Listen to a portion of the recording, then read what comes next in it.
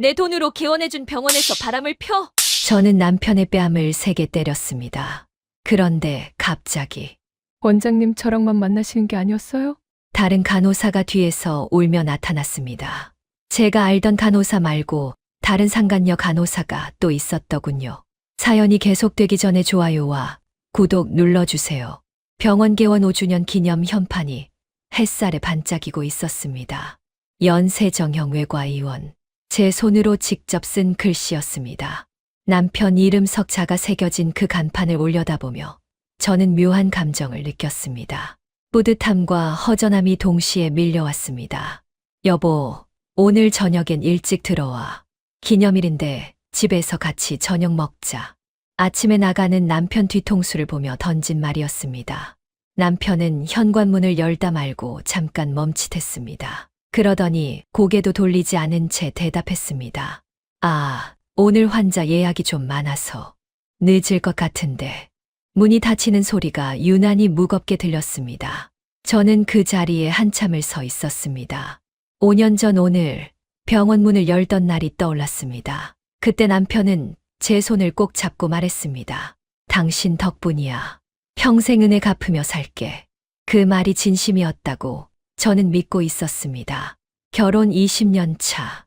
남편 김준혁은 대학병원 레지던트 시절부터 가난했습니다. 집안도 변변찮았고 전문에 따고도 한참을 수련이로 떠돌았습니다. 40대 중반이 되어서야 겨우 개원 자금을 모았다는데 그것도 턱없이 부족했습니다. 저는 친정 부모님께 무릎 꿇고 빌었습니다. 제 이름으로 된 강남 아파트를 담보로 은행 대출을 받았습니다. 친정어머니가 돌아가시며 물려주신 그 집이었습니다. 엄마, 미안해요. 엄마가 물려주신 집인데 제 명의로 된 부동산을 담보로 잡히는 게 찝찝했지만 남편의 간절한 눈빛을 외면할 수 없습니다.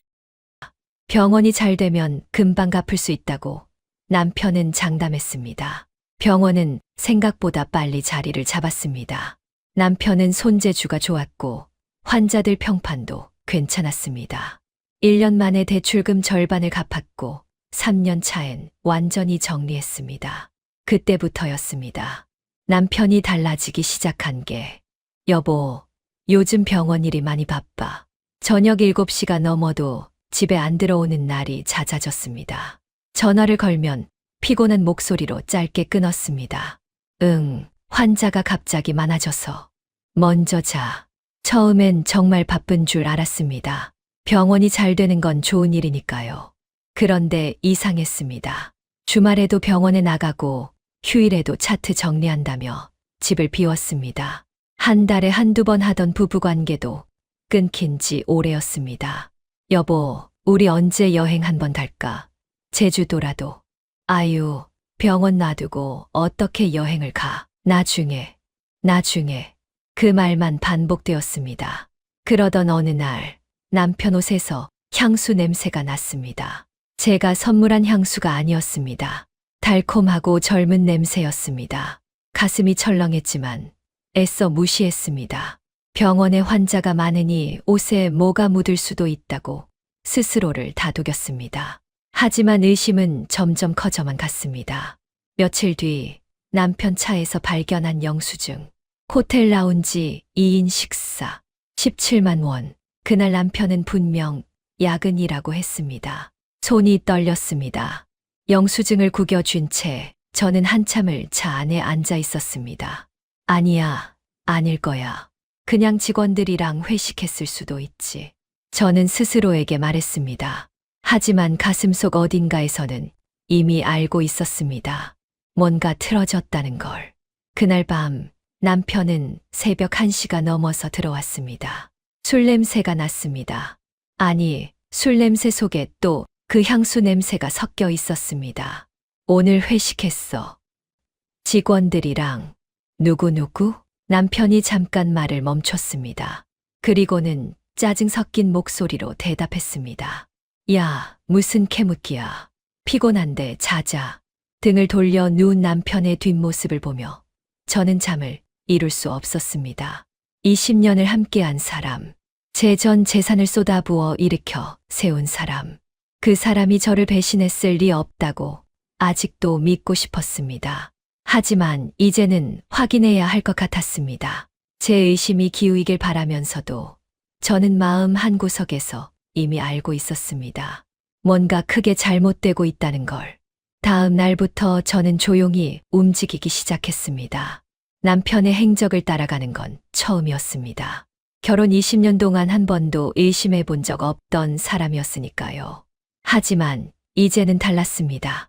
뭔가 확실히 짚고 넘어가야 할 것 같았습니다. 먼저 카드 명세서부터 확인했습니다. 남편 명의 카드 사용 내역을 하나하나 들여다봤습니다. 호텔 라운지, 고급 레스토랑, 백화점 명품관, 생일도 기념일도 아닌 날에 사용된 금액들이었습니다. 그중 하나가 눈에 띄었습니다. 명품 가방 매장 280만 원. 결제일은 한 달 전이었습니다. 제가 받은 생일 선물은 5만 원짜리 꽃다발이 전부였습니다. 요즘 병원 운영비가 많이 들어가서라는 말과 함께요. 손끝이 차가워졌습니다. 명세서를 내려다보는 제 손이 미세하게 떨리고 있었습니다. 휴대폰도 확인해야 했습니다. 남편이 샤워하는 동안 거실 소파에 놓인 휴대폰을 집어들었습니다. 비밀번호는 제 생일이었습니다. 아직 바꾸지 않은 걸 보니 제가 확인할 거라곤 생각하지 못한 모양이었습니다. 카카오톡을 열었습니다. 대화 목록을 위에서부터 천천히 내려갔습니다. 병원 관련 단체 채팅방, 대학 동기 채팅방, 가족 채팅방, 그리고 그 아래 수진이라는 이름이 보였습니다. 프로필 사진은 없었습니다. 대화를 열었습니다. 오늘 몇 시에 끝나요? 7시쯤. 오늘 환자 적어서 일찍 끝날 것 같아. 그럼 그때 봐요. 응응 그래 오늘 뭐 먹고 싶어. 메시지는 며칠 전까지 이어져 있었습니다. 일상적인 대화처럼 보였지만 그 톤이 심상치 않았습니다. 부부 사이도 아니고 그렇다고 업무적인 대화도 아니었습니다. 묘하게 친밀한 거리감이 느껴졌습니다. 더 위로 올라갔습니다. 한 달 전 대화였습니다. 원장님, 오늘 선물 너무 마음에 들어요. 어떻게 제 취향을 이렇게 잘 아세요? 내가 그 가방 계속 보던 거 알아. 기억하고 있었지. 원장님, 진짜 최고예요. 심장이 쿵 내려앉았습니다. 280만 원짜리 가방이 이 사람에게 간 거였습니다. 수진, 병원 직원일 거라는 생각이 들었습니다. 원장님이라고 부르는 걸 보니 확실했습니다. 샤워실에서 물 흐르는 소리가 멈췄습니다. 황급히 휴대폰을 원래 자리에 놓았습니다. 소파에 앉아 텔레비전을 켰습니다. 화면에서 무슨 내용이 나오는지 하나도 들리지 않았습니다. 귀에서 맥박 소리만 쿵쿵거렸습니다. 남편이 수건으로 머리를 닦으며 물었습니다. 저는 화면을 보는 척하며 대답했습니다. 그냥 뉴스. 나 내일 새벽 수술 있어서 일찍 나가야 돼. 먼저 자 있어. 또 거짓말이었습니다. 내일은 토요일이었습니다. 병원은 토요일 오후엔 문을 닫습니다. 새벽 수술이 있을 리 없었습니다. 응, 알았어.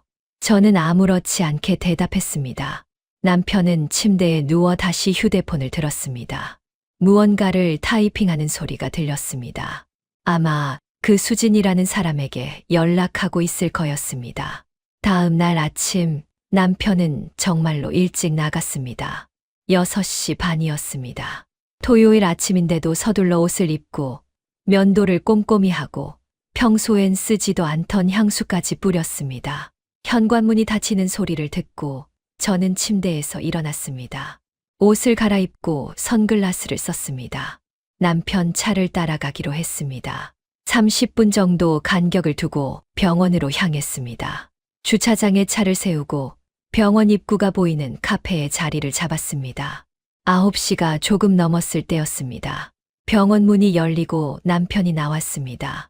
그리고 그 옆에 한 여자가 함께 걸어 나왔습니다. 30대 초반쯤 보이는 여자였습니다.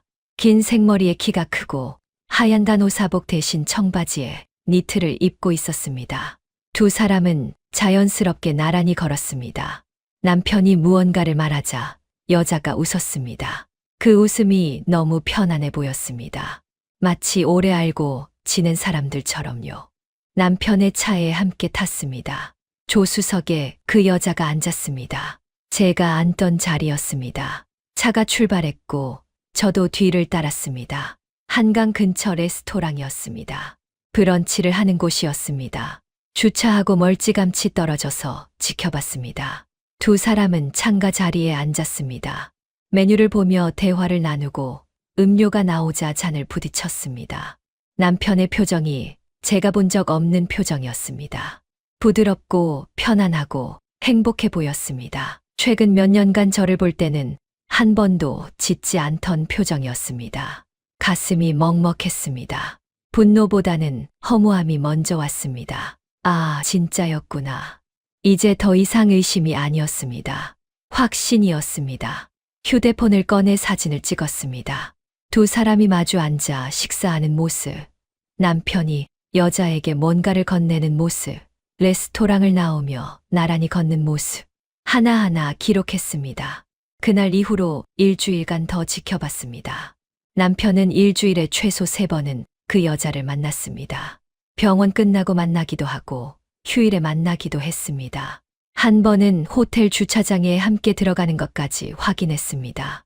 병원 홈페이지에 들어가서 직원 소개를 봤습니다. 간호사 명단이 있었습니다. 그 얼굴이 보였습니다. 이름은 박수진, 33세, 경력 8년차 간호사였습니다. 병원 개원 때부터 함께한 직원이었습니다. 아, 그래서였구나. 개원 때부터. 그럼 벌써 5년째 저를 속여온 거였습니다. 제가 대출 보증서고 병원 운영비 대고 남편 뒷바라지하는 동안 남편은 그 여자와 그렇게 지내왔던 겁니다. 증거는 충분했습니다. 사진, 카드, 명세서, 문자 내역, 목격담. 이제 어떻게 할지 결정해야 했습니다. 조용히 이혼할 것인가, 아니면 제대로 한 방 먹일 것인가. 저는 후자를 택했습니다. 그냥 넘어갈 수 없었습니다. 제 인생 20년을, 제 재산을, 제 청춘을 바친 사람이 저를 이렇게 배신했는데 조용히 물러날 수는 없었습니다. 월요일 오전을 택했습니다. 환자가 가장 많을 시간이었습니다. 병원 로비가 사람들로 북적일 때 제대로 된 무대를 만들어주기로 했습니다. 월요일 오전 10시, 병원 로비는 예상대로 환자들로 가득했습니다. 대기 번호표를 뽑은 사람들이 플라스틱 의자에 빼곡히 앉아 있었고 접수 데스크 앞에는 줄이 서 있었습니다. 간호사 2명이 바쁘게 움직이고 있었습니다. 그중 한 명이 박수진이었습니다. 저는 로비 한가운데 서서 그 모습을 지켜봤습니다. 수진은 환자들에게 친절하게 웃으며 응대하고 있었습니다. 하얀 간호사복이 깔끔했고 묶은 머리가 단정했습니다. 겉으로 보기엔 성실한 직원처럼 보였습니다. 남의 남편을 빼앗아 놓고도 저렇게 태어날 수 있다는 게 신기했습니다. 진료실 문이 열렸습니다. 남편이 환자를 배웅하며 나왔습니다. 환자에게 밝게 웃으며 무언가를 설명하고 있었습니다. 다음 주에 다시 한번 보시죠. 많이 좋아지셨어요. 친절한 목소리였습니다. 환자를 대할 땐 늘 저런 표정이었습니다. 남편과 눈이 마주쳤습니다. 남편의 얼굴이 굳었습니다. 제가 병원에 올 리 없다는 걸 알고 있었으니까요. 결혼 20년 동안 병원에 찾아온 적은 손에 꼽았습니다. 남편은 당황한 표정으로 제게 다가왔습니다. 여보, 갑자기 왜? 할 말이 있어서요. 제 목소리는 생각보다 차분했습니다.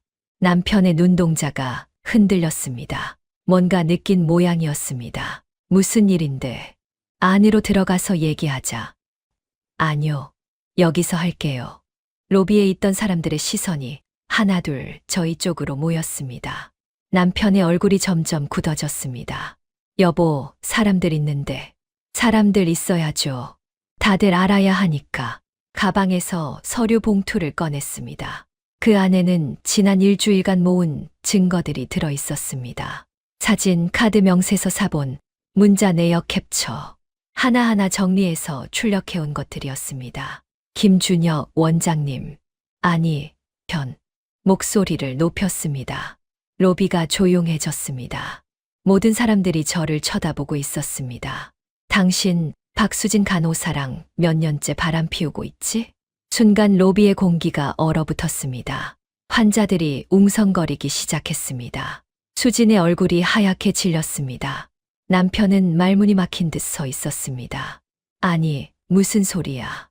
여보, 오해야. 오해요? 이게 오해예요? 서류 봉투에서 사진들을 꺼내 바닥에 뿌렸습니다.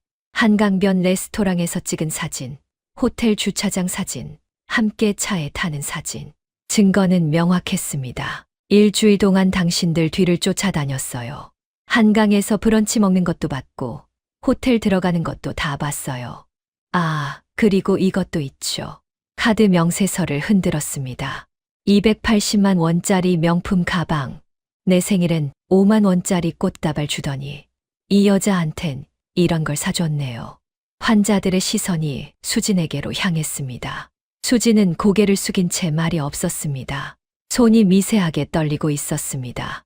사모님, 오해하시는 것 같은데요. 수진이 떨리는 목소리로 말했습니다. 오해? 내가 뭘 오해해요? 제가 수진에게 다가갔습니다. 수진이 뒷걸음질 쳤습니다. 이 병원이 누구 돈으로 세워진 건지 알아요? 내 돈으로 세운 병원에서 내 남편이랑 그렇게 놀아났다는 거죠. 죄송합니다. 수진이 작게 말했습니다. 그 말이 더 화나게 만들었습니다. 죄송하다고, 그게 끝이에요. 참았던 분노가 터져 나왔습니다. 손이 저절로 올라갔습니다. 당신 같은 년이. 손바닥이 수진의 뺨을 때렸습니다. 로비에 있던 사람들이 숨을 죽였습니다. 수진은 뺨을 감싸 쥔 채 그대로 서 있었습니다. 눈물이 볼을 타고 흘러내렸습니다. 여보, 진정해. 남편이 제 팔을 잡았습니다. 저는 팔을 뿌리쳤습니다. 손 떼요. 그리고 남편을 똑바로 쳐다봤습니다. 당신도 마찬가지야. 남편의 뺨도 때렸습니다. 남편은 뺨을 감싸 쥔 채 멍하니 서 있었습니다. 아마 평생 저한테 손찌검 당할 거라곤 상상도 못했을 겁니다. 20년을 같이 살았어요. 20년. 당신 레지던트 때부터 옆에서 뒷바라지했고, 당신 꿈 이루라고 내 재산까지 다 털어넣었어요.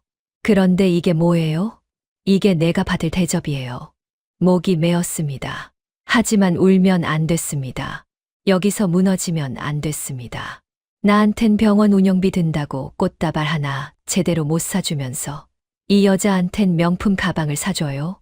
나한텐 피곤하다고 말도 안 붙이면서 이 여자랑은 주말마다 데이트를 다녀요. 남편이 입을 열었습니다. 미안해. 정말 미안해. 미안하다고요. 그게 다예요. 웃음이 나왔습니다. 허무한 웃음이었습니다. 알겠어요. 좋아요. 그렇게 이 여자가 좋으면 같이 사세요. 대신 병원은 내가 가져갈 거예요. 내 돈으로 세운 병원이니까. 당연하죠. 남편의 얼굴이 굳었습니다. 담보로 들어간 건 내 집이고 병원 설립할 때 공동대표로 내 이름도 같이 올렸잖아요. 변호사 통해서 정리하죠. 재산 분할하고 위자료 받고 당신이 이 여자랑 바람핀 증거 다 있으니까 소송은 내가 이길 거예요. 그때였습니다. 원장님, 로비 구석에서 떨리는 목소리가 들렸습니다. 돌아보니 또 다른 간호사가 서 있었습니다. 20대 초반쯤 보이는 어린 간호사였습니다. 얼굴이 새하얗게 질려 있었고 눈에는 눈물이 가득했습니다. 저 간호사랑 바람핀 거예요? 그 간호사가 떨리는 손으로 수진을 가리켰습니다. 민지야, 지금 무슨... 남편의 얼굴이 더욱 굳었습니다. 원장님이 저한테만 잘해주는 줄 알았어요. 저한테만 특별하다고 했잖아요. 근데 저 사람도요? 민지라는 간호사의 목소리가 떨렸습니다. 지난주에 제주도 가자고 했잖아요. 돈 모았다고 우리 둘이서만 가자고. 세상이 멈춘 것 같았습니다. 로비에 있던 모든 사람들이 숨을 죽이고 지켜보고 있었습니다. 아, 그렇구나. 한 명이 아니었구나. 수진만이 아니었구나. 저는 남편을 똑바로 쳐다봤습니다. 남편은 입술을 달싹이며 아무 말도 하지 못했습니다. 변명조차 할 수 없는 상황이었으니까요. 둘이었네요. 제 목소리는 차가웠습니다. 아니, 혹시 더 있어요? 여기 간호사 몇 명이더라. 네, 그 중에 또 있나요? 남편이 고개를 떨궜습니다. 그 모습이 모든 걸 말해주고 있었습니다. 로비가 술렁거리기 시작했습니다. 환자들이 웅성거렸고 누군가는 휴대폰을 꺼내 들었습니다. 이 장면이 영상으로 찍히고 있었습니다. 좋아요. 저는 가방을 다시 들었습니다. 변호사 선임할 거예요.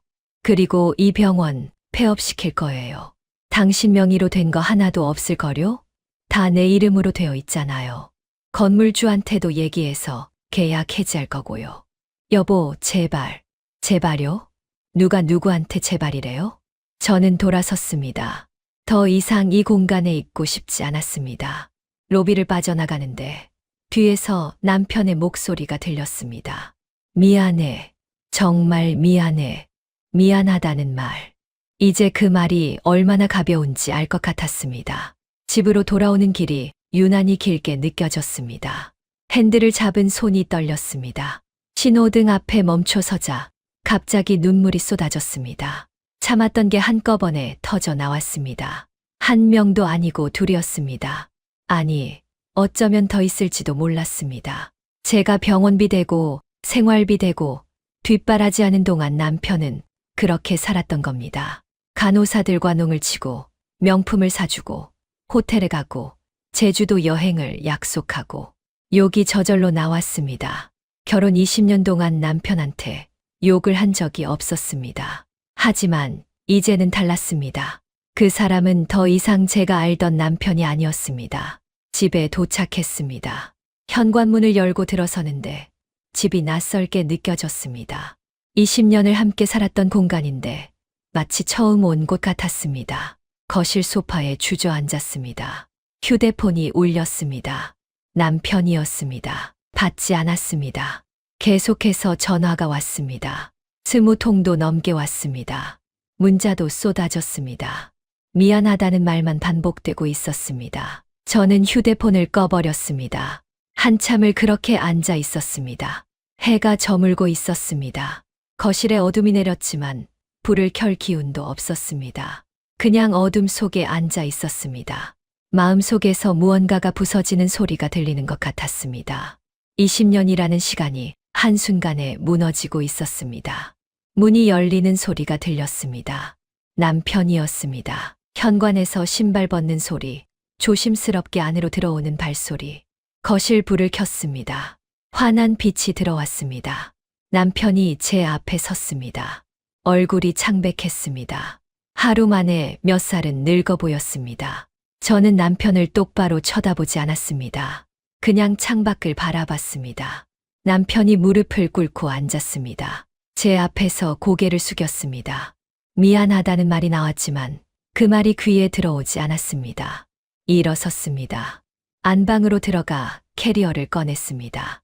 옷장에서 남편 옷을 집어내기 시작했습니다. 양복, 셔츠, 넥타이, 속옷. 아무렇게나 캐리어에 쑤셔 넣었습니다. 남편이 뒤따라 들어왔지만 아무 말도 하지 못했습니다. 제 손이 멈추지 않았습니다. 하나하나 옷을 꺼내 던져 넣었습니다. 20년을 함께 산 흔적들이 캐리어 안으로 들어갔습니다. 제가 선물한 넥타이, 명절 때 맞춘 한복, 결혼기념일에 산 시계. 그 모든 게 이제는 의미 없었습니다. 캐리어 지퍼를 닫았습니다. 남편을 향해 밀었습니다.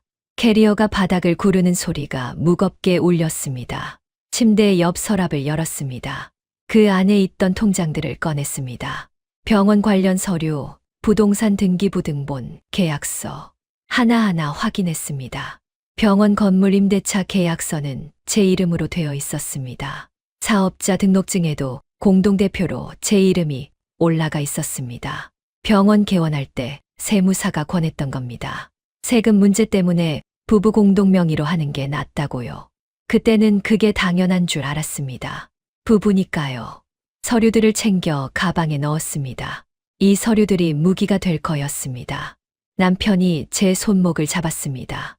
손을 뿌리쳤습니다. 그 손길이 역겨웠습니다. 다음 날 아침 일찍 변호사 사무실을 찾았습니다. 아는 선배 언니가 소개해준 변호사였습니다. 이혼 전문 변호사였습니다.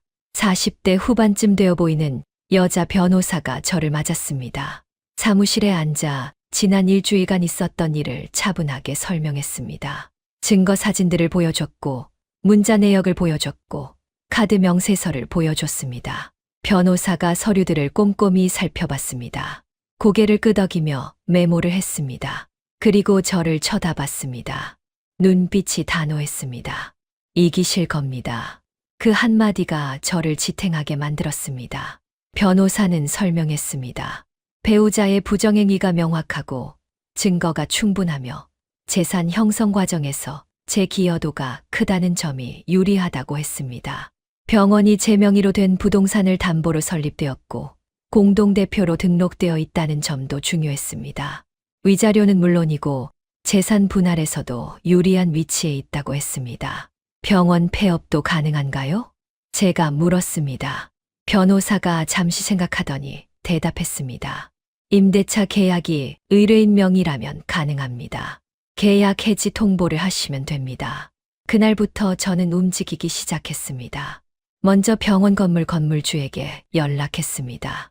계약 해지 의사를 밝혔습니다.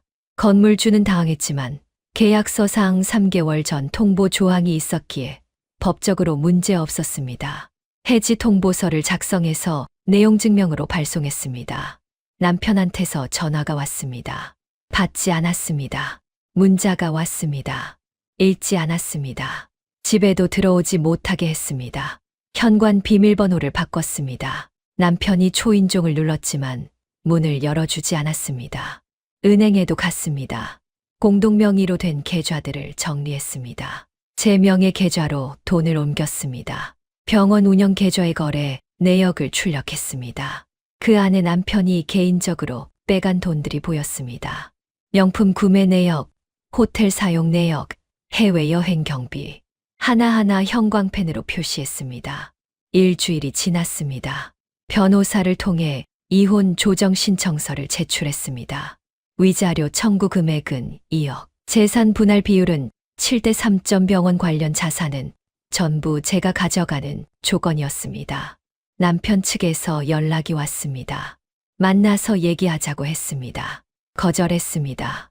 변호사를 통해서만 얘기하라고 전했습니다. 밤마다 잠이 오지 않았습니다. 천장을 보며 지난 20년을 떠올렸습니다. 행복했던 순간들, 힘들었던 순간들, 함께 웃었던 순간들. 그 모든 게 거짓이었을까요? 아니었습니다. 분명 진심이었던 순간도 있었을 겁니다. 하지만 그게 뭐가 중요할까요? 결국 남편은 저를 배신했고 그것도 한 명이 아닌 여러 명과 바람을 폈습니다. 용서할 수 없었습니다. 다시는 그 사람과 같은 공간에서 숨 쉬고 싶지 않았습니다. 샤보막 전원 나를 위한 새로운 결심. 한 달이 지났습니다. 그 한 달 동안 저는 조용히 그리고 철저하게 준비했습니다. 감정에 휘둘리지 않으려 애썼습니다. 울고 싶을 때도 많았지만 눈물은 나중에 흘리기로 했습니다. 지금은 정신 바짝 차리고 제가 해야 할 일을 해야 했습니다. 변호사 사무실을 오가며 서류를 준비했습니다. 재산 목록을 작성했고 혼인, 기간 중 재산 형성 과정을 정리했습니다. 제가 친정에서 가져온 아파트 담보 대출 3억, 병원 설립 비용 명세, 운영 초기 적자 보전 내역, 숫자로 정리하니 더 명확해졌습니다. 이 병원은 제 돈으로 세워진 거였습니다. 병원 직원들에게도 연락이 왔습니다. 간호사 한 명이 제게 전화를 했습니다. 박수진도 아니고 이민지도 아닌 다른 간호사였습니다. 목소리가 조심스러웠습니다. 사모님, 저 김은혜입니다. 병원 상황이 어떻게 되는 건가요? 다들 불안해하고 있어서요. 계약 해지 통보했어요. 3개월 뒤면 병원 문 닫아야 할 거예요. 전화 너머로 한숨 소리가 들렸습니다. 저희는 어떻게 되는 건가요? 3개월치 급여는 다 드릴 거예요. 퇴직금도 정상적으로 지급하고요. 직원분들 잘못은 아니니까요. 감사합니다. 사모님. 전화를 끊고 나니 마음이 복잡했습니다. 죄 없는 직원들까지 피해를 입게 된 게 미안했습니다. 하지만 어쩔 수 없었습니다. 그 병원을 유지한다는 건 남편의 배신을 계속 눈감아주는 것과 같았습니다. 친정 언니에게 전화를 걸었습니다. 언니는 처음부터 끝까지 제 편이었습니다. 조카들 데리고 집에 와서 며칠을 함께 지내주기도 했습니다. 혼자 있으면 자꾸 무너질 것 같았거든요. 잘하고 있어. 흔들리지 마. 언니가 제 손을 잡으며 말했습니다. 그 손의 온기가 고마웠습니다. 남편 측 변호사에게서 연락이 왔습니다. 재산 분할 비율을 재조정하자는 제안이었습니다. 7대 3은 과하다는 거였습니다. 저는 단호하게 거절했습니다. 오히려 위자료를 3억으로 올렸습니다. 부정행위가 한 명이 아닌 2명 이상이라는 점을 강조했습니다. 그 과정에서 더 충격적인 사실을 알게 됐습니다. 남편이 이민지에게 제주도 여행을 약속하며 건넨 돈이 500만 원이었다는 겁니다. 여행 경비라며 미리 준 돈이었습니다. 은행 거래 내역에 찍혀 있었습니다. 박수진에게는 명품 가방뿐 아니라 귀금속도 여러 번 사줬다는 것도 확인됐습니다. 합계 금액이 1,000만 원이 넘었습니다. 제가 집에서 생활비 조금만 더 달라고 하면 인상을 쓰던 사람이 간호사들에게는 그렇게 돈을 쓰고 있었던 겁니다. 서류를 보다가 웃음이 났습니다. 허무한 웃음이었습니다. 이 사람이 정말 제가 알던 그 사람이 맞나 싶었습니다. 가난한 레지던트 시절 라면으로 끼니를 때우면서도 언젠가 성공하면 저를 행복하게 해주겠다고 약속하던 그 사람. 그때는 진심이었을 겁니다. 그런데 어디서부터 틀어진 걸까요? 어쩌면 성공한 순간부터였는지도 모릅니다. 병원이 자리를 잡고 돈이 들어오기 시작하고 주변에 젊은 여자들이 생기면서 남편은 변했습니다. 아니, 원래 그런 사람이었는데 제가 몰랐던 걸 수도 있습니다. 더 이상 그 이유를 파헤치고 싶지 않았습니다. 중요한 건 남편이 저를 배신했다는 사실이고 저는 이제 새로운 삶을 시작해야 한다는 것이었습니다. 어느 날 저녁 거울을 보다가 깜짝 놀랐습니다. 거울 속 제 얼굴이 낯설었습니다. 핏기 없는 얼굴, 푹 꺼진 눈, 말라버린 입술. 한 달 사이에 몇 킬로그램은 빠진 것 같았습니다. 이러면 안 되겠다 싶었습니다. 무너지는 건 남편이어야지. 제가 무너지면 안 됐습니다. 다음 날부터 운동을 시작했습니다. 아침마다 한강을 걸었습니다. 처음엔 천천히, 나중엔 조금씩 빠르게. 땀이 흘렀습니다. 숨이 찼습니다. 그런데 이상하게 마음이 조금씩 가벼워졌습니다. 걷다가 뛰기도 했습니다. 숨이 턱까지 차올랐지만 멈추지 않았습니다. 헤어샵에도 갔습니다. 긴 머리를 잘랐습니다. 어깨까지 오던 머리를 단발로 잘라버렸습니다. 거울을 보니 다른 사람 같았습니다. 미용사가 물었습니다. 많이 잘랐는데 괜찮으세요? 네, 좋아요. 시원하네요. 정말 시원했습니다. 머리뿐 아니라 마음까지 시원한 기분이었습니다. 친구들을 만났습니다. 오랜만에 만난 대학 동기들이었습니다. 결혼하고 나서는 자주 못 만났던 사람들이었습니다. 남편이 싫어했거든요. 시간 낭비라고 했습니다. 그 말을 듣고 점점 만남을 줄였었습니다. 이제 와서 생각해보니 그것도 남편의 통제였던 것 같았습니다. 친구들에게 그간의 일을 털어놨습니다. 다들 놀랐습니다. 화를 내주기도 했고 위로해주기도 했습니다. 한 친구가 말했습니다. 너 이제 자유야. 그 인간한테 묶여있지 않아도 돼. 자유, 그 단어가 낯설었습니다. 결혼 20년 동안 자유라는 단어를 잊고 살았던 것 같습니다. 늘 남편 눈치를 보고 남편 스케줄에 맞추고 남편이 원하는 방식으로 살았습니다. 이제는 그러지 않아도 됐습니다. 집으로 돌아오는 길에 서점에 들렀습니다. 오랜만이었습니다. 결혼하고 나서는 책 읽을 시간이 없었습니다. 아니, 시간을 내지 않았습니다. 서점을 천천히 돌아다녔습니다. 소설책도 보고 에세이도 보고 자기계발서도 봤습니다. 한 권을 집어들었습니다. 50부터 시작하는 인생이라는 제목이었습니다. 펼쳐서 읽어봤습니다. 첫 페이지에 이런 문장이 있었습니다. 인생의 절반을 지나면 비로소 진짜 나를 위해 살 수 있는 용기가 생긴다. 가슴이 뭉클했습니다. 계산대로 가서 책을 샀습니다. 집에 와서 밤새 그 책을 읽었습니다. 다음 날 아침 거울 앞에 섰습니다. 거울 속 제 얼굴을 똑바로 쳐다봤습니다. 여전히 피곤해 보였지만 어제보다는 나아 보였습니다. 스스로에게 말했습니다. 괜찮아. 잘하고 있어. 그 말이 주문처럼 들렸습니다. 계속 반복했습니다. 괜찮아. 잘하고 있어. 점점 목소리에 힘이 실렸습니다. 변호사에게서 연락이 왔습니다. 조정 날짜가 잡혔다고 했습니다. 2주 뒤였습니다. 법원에서 남편과 마주해야 했습니다. 떨렸습니다. 하지만 피할 수 없었습니다. 이 과정을 거쳐야 진짜 자유로워질 수 있었습니다. 옷장을 열었습니다. 그동안 입지 않았던 옷들이 걸려 있었습니다. 남편이 촌스럽다고 했던 옷, 너무 화려하다고 했던 옷, 나이에 안 어울린다고 했던 옷, 하나씩 꺼내 입어봤습니다. 거울을 봤습니다. 괜찮았습니다. 아니, 좋았습니다. 조정 당일 입고 갈 옷을 골랐습니다. 단정하지만 당당해 보이는 옷이었습니다. 거울 앞에서 여러 번 자세를 고쳐봤습니다. 허리를 펴고 턱을 들고 눈을 똑바로 봤습니다. 준비됐습니다. 이제 마지막 단계만 남았습니다. 조정 당일 아침 날씨가 맑았습니다. 하늘이 유난히 푸르렀습니다. 준비해둔 옷을 입고 화장을 했습니다. 거울을 보니 낯설지 않았습니다. 이제 이 얼굴에 익숙해졌습니다. 서류 가방을 챙겨 집을 나섰습니다.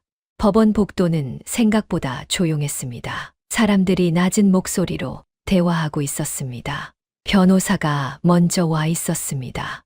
저를 보더니 고개를 끄덕였습니다. 안심시키는 표정이었습니다. 준비 다 되셨죠? 대답은 짧았지만 확신에 차 있었습니다. 조정실 문이 열렸습니다. 안으로 들어가니 남편이 이미 앉아 있었습니다. 남편 옆에는 변호사가 있었습니다. 남편과 눈이 마주쳤습니다. 남편의 눈빛이 흔들렸습니다. 저는 시선을 거두지 않았습니다. 남편이 먼저 고개를 떨궜습니다. 조정위원이 들어왔습니다. 50대 후반쯤 되어 보이는 남자였습니다. 자리에 앉더니 서류를 펼쳤습니다. 양쪽의 주장을 간단히 정리하고 조정안을 제시하기 시작했습니다. 남편 측에서 먼저 말을 꺼냈습니다. 재산 분할 비율을 5대5로 하자는 거였습니다. 위자료는 5천만 원 선에서 합의하자고 했습니다. 병원은 계속 운영하되 제 지분만큼 금전으로 보상하겠다는 제안이었습니다. 제 차례가 왔습니다. 변호사가 준비한 서류를 제출했습니다. 혼인 기간 중 재산 형성 과정, 제 기여도, 남편의 부정행위 증거, 하나하나 조목조목 설명했습니다. 혼인 초기부터 피청구인의 수입은 미미했습니다. 병원 개원 자금은 전액 청구인 명의 부동산 담보로 마련되었고 사업자 등록 역시 공동 명의입니다. 병원 운영 중 피청구인의 부정행위는 한 명이 아닌 복수였으며 혼인 관계를 회복할 수 없을 정도로 파탄에 이르렀습니다. 변호사의 목소리는 차분했지만 날카로웠습니다. 남편의 얼굴이 점점 굳어졌습니다. 조정위원이 서류를 넘기며 질문했습니다. 피청구인 측에서는 이 증거들에 대해 어떻게 생각하십니까? 남편의 변호사가 입을 열었습니다. 부정행위 사실은 인정합니다. 하지만 재산 형성 과정에서 피청구인의 노동력과 전문성도 상당 부분 기여했다고 봅니다. 노동력이요? 제가 끼어들었습니다. 변호사가 제 팔을 가볍게 눌렀지만 저는 계속했습니다. 그 노동력을 발휘할 수 있는 병원 자체가 제 돈으로 세워진 겁니다. 건물 임대료, 의료 장비, 초기 운영 자금 전부요. 그 사실을 부정하실 건가요? 남편이 입을 열었습니다. 여보, 사모님이라고 부르세요. 이제 여보 아니에요. 제 목소리는 차가웠습니다. 남편의 입이 다물어졌습니다. 조정은 2시간 넘게 이어졌습니다. 양측이 팽팽히 맞섰습니다. 조정위원이 중간안을 제시했습니다. 재산 분할 6대4 위자료 1억 5천. 병원은 청구인이 인수하되 피청구인에게 일정 금액을 보상하는 조건이었습니다. 남편 측에서 잠시 협의 시간을 요청했습니다. 저희도 밖으로 나왔습니다. 복도 벤치에 앉아 변호사와 이야기를 나눴습니다. 나쁘지 않은 조건입니다. 받아들이셔도 됩니다. 아니요. 고개를 저었습니다. 전 처음 제시한 조건 그대로 가고 싶어요. 7대3 위자료 3억. 병원은 제가 전부 가져가는 거요. 그러면 조정이 결렬될 수도 있습니다. 소송으로 가면 시간이 더. 상관없어요. 시간이 걸려도 괜찮아요. 전 제대로 받아내고 싶어요. 변호사가 저를 쳐다봤습니다. 그리고는 천천히 고개를 끄덕였습니다. 알겠습니다. 그렇게 하시죠. 다시 조정실로 들어갔습니다. 조정위원이 양측의 입장을 물었습니다. 남편 측은 조정안을 수용하겠다고 했습니다. 저는 거절했습니다. 조정위원의 표정이 난처해졌습니다. 청구인 측에서 조정안을 거부하시면 이 조정은 불성립되고 소송으로 갈 수밖에 없습니다. 상관없습니다. 남편이 벌떡 일어났습니다. 당신 지금 뭐 하는 거야? 합의하면 되잖아. 앉으세요. 제 목소리는 흔들리지 않았습니다. 전 당신이 저한테 한 일에 합당한 대가를 받을 거예요. 그게 싫으면 재판에서 보시죠. 남편의 얼굴이 일그러졌습니다. 하지만 더 이상 아무 말도 하지 못했습니다. 조정은 그렇게 결렬됐습니다. 법원을 나서는데 남편이 뒤쫓아왔습니다. 제 팔을 잡았습니다. 돌아봤습니다. 놔요. 여보, 아니 미정아. 제발 좀 놓으라고요. 팔을 뿌리쳤습니다. 남편이 비틀거렸습니다. 왜 이렇게까지 하는 거야? 조정안도 나쁘지 않잖아. 나쁘지 않다고요? 웃음이 났습니다.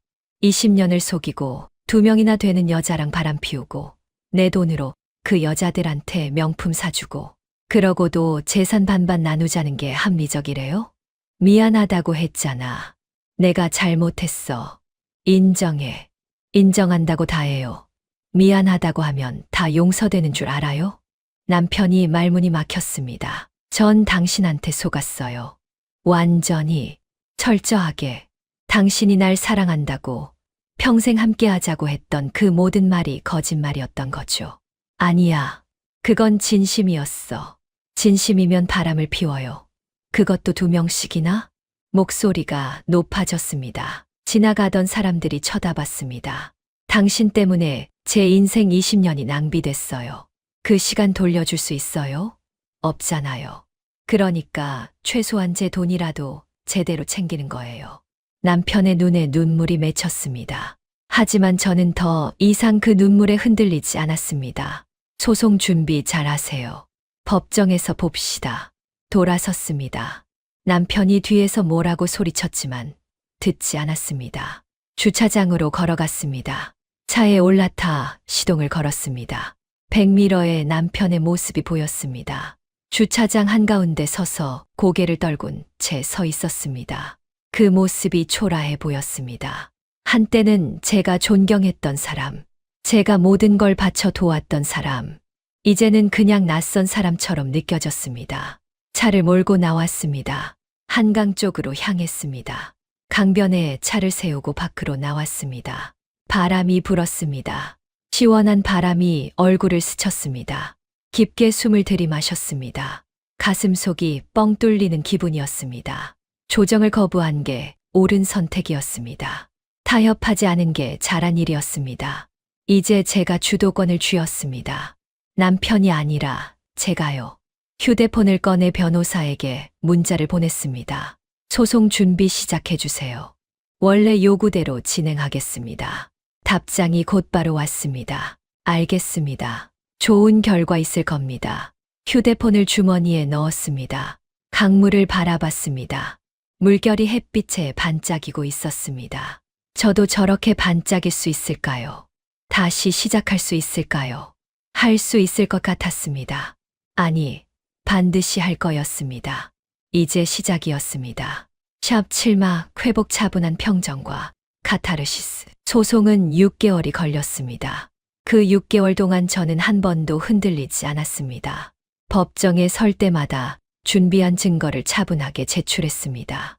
남편의 부정행위 증거, 재산 형성 과정에서의 제 기여도, 병원 운영 자금 출처, 모든 게 명확했습니다. 판사는 제 손을 들어줬습니다. 재산 분할 비율 7대3 위자료 2억 5천만 원. 병원 관련 자산은 전부 제 소유로 인정됐습니다. 남편 측에서 항소하겠다고 했지만 변호사는 승소 가능성이 거의 없다고 했습니다. 결국 남편은 항소를 포기했습니다. 판결문을 받아든 날 집으로 돌아와 소파에 앉았습니다. 서류를 천천히 읽어 내려갔습니다. 한 글자 한 글자가 제 승리를 말해주고 있었습니다. 눈물이 났습니다. 이번에는 슬픔이 아니라 안도감이었습니다. 드디어 끝났구나. 이제 진짜 자유로워졌구나. 병원 정리는 생각보다 빨리 진행됐습니다. 건물주와 계약 해지를 마쳤고 의료 장비는 다른 병원에 매각했습니다. 직원들에게는 약속대로 3개월치 급여와 퇴직금을 전부 지급했습니다. 김은혜 간호사가 마지막 날 찾아왔습니다. 사모님, 그동안 감사했습니다. 새 병원 구했어요. 잘 됐네요. 앞으로 좋은 일만 있길 바랄게요. 박수진과 이민지는 끝까지 얼굴을 보이지 않았습니다. 소문으로는 둘 다 병원을 그만뒀다고 했습니다. 다른 병원에 취직하기도 쉽지 않을 거였습니다. 소문이 퍼졌으니까요. 원장과 바람피운 간호사들이라는 소문이요. 남편은 몰락했습니다. 병원을 잃고 재산의 대부분을 잃고 평판마저 잃었습니다. 의사 커뮤니티에서는 이미 유명인이 되어 있었습니다. 간호사 2명과 동시에 바람피운 정형외과 의사.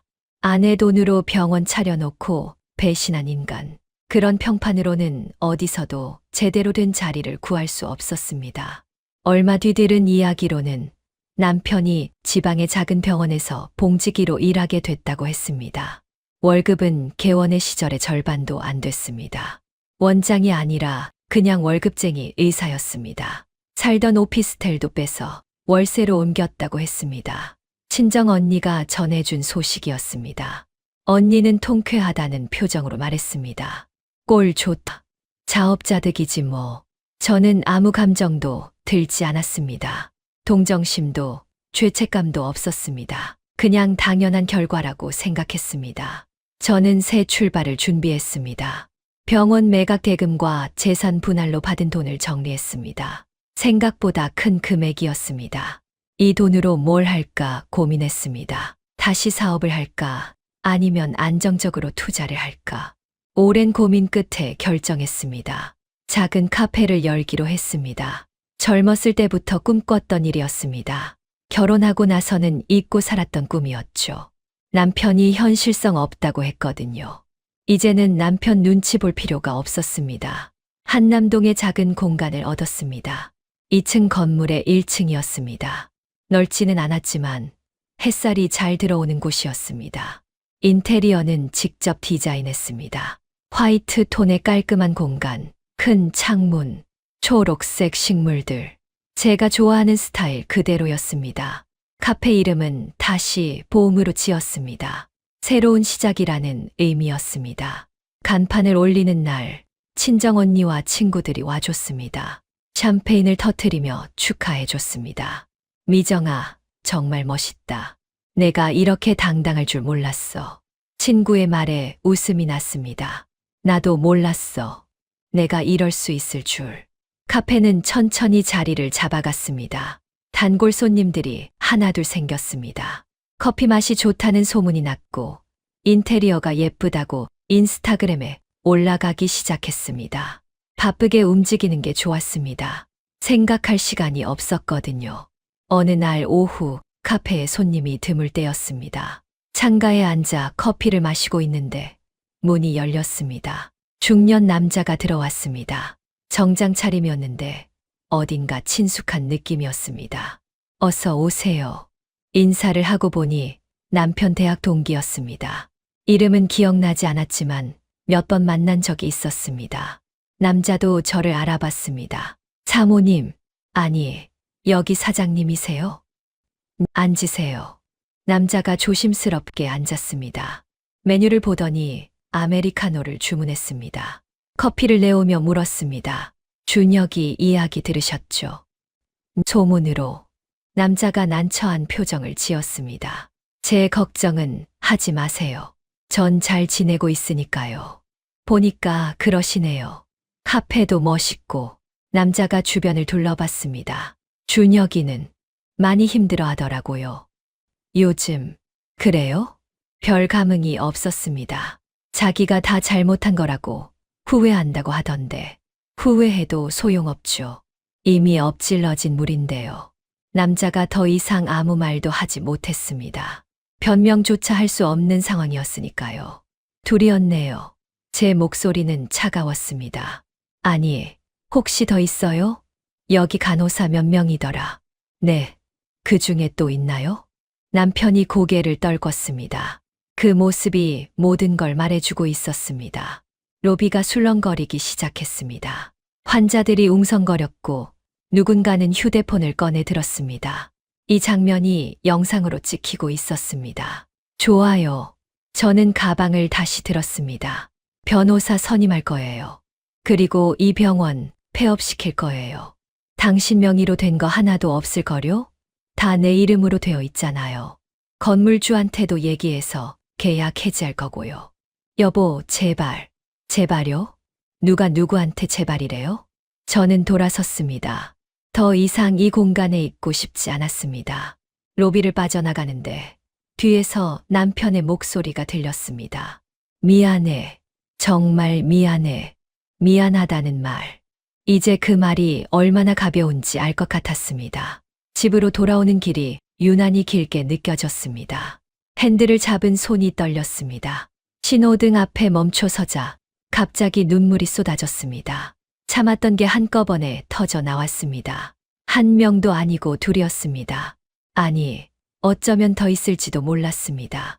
제가 병원비 대고 생활비 대고 뒷바라지하는 동안 남편은 그렇게 살았던 겁니다.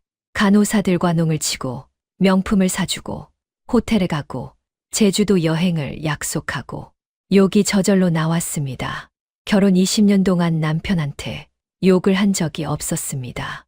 하지만 이제는 달랐습니다. 그 사람은 더 이상 제가 알던 남편이 아니었습니다. 집에 도착했습니다. 현관문을 열고 들어서는데 집이 낯설게 느껴졌습니다. 20년을 함께 살았던 공간인데 마치 처음 온 곳 같았습니다. 거실 소파에 주저앉았습니다. 휴대폰이 울렸습니다. 남편이었습니다. 받지 않았습니다. 계속해서 전화가 왔습니다. 20통도 넘게 왔습니다. 문자도 쏟아졌습니다.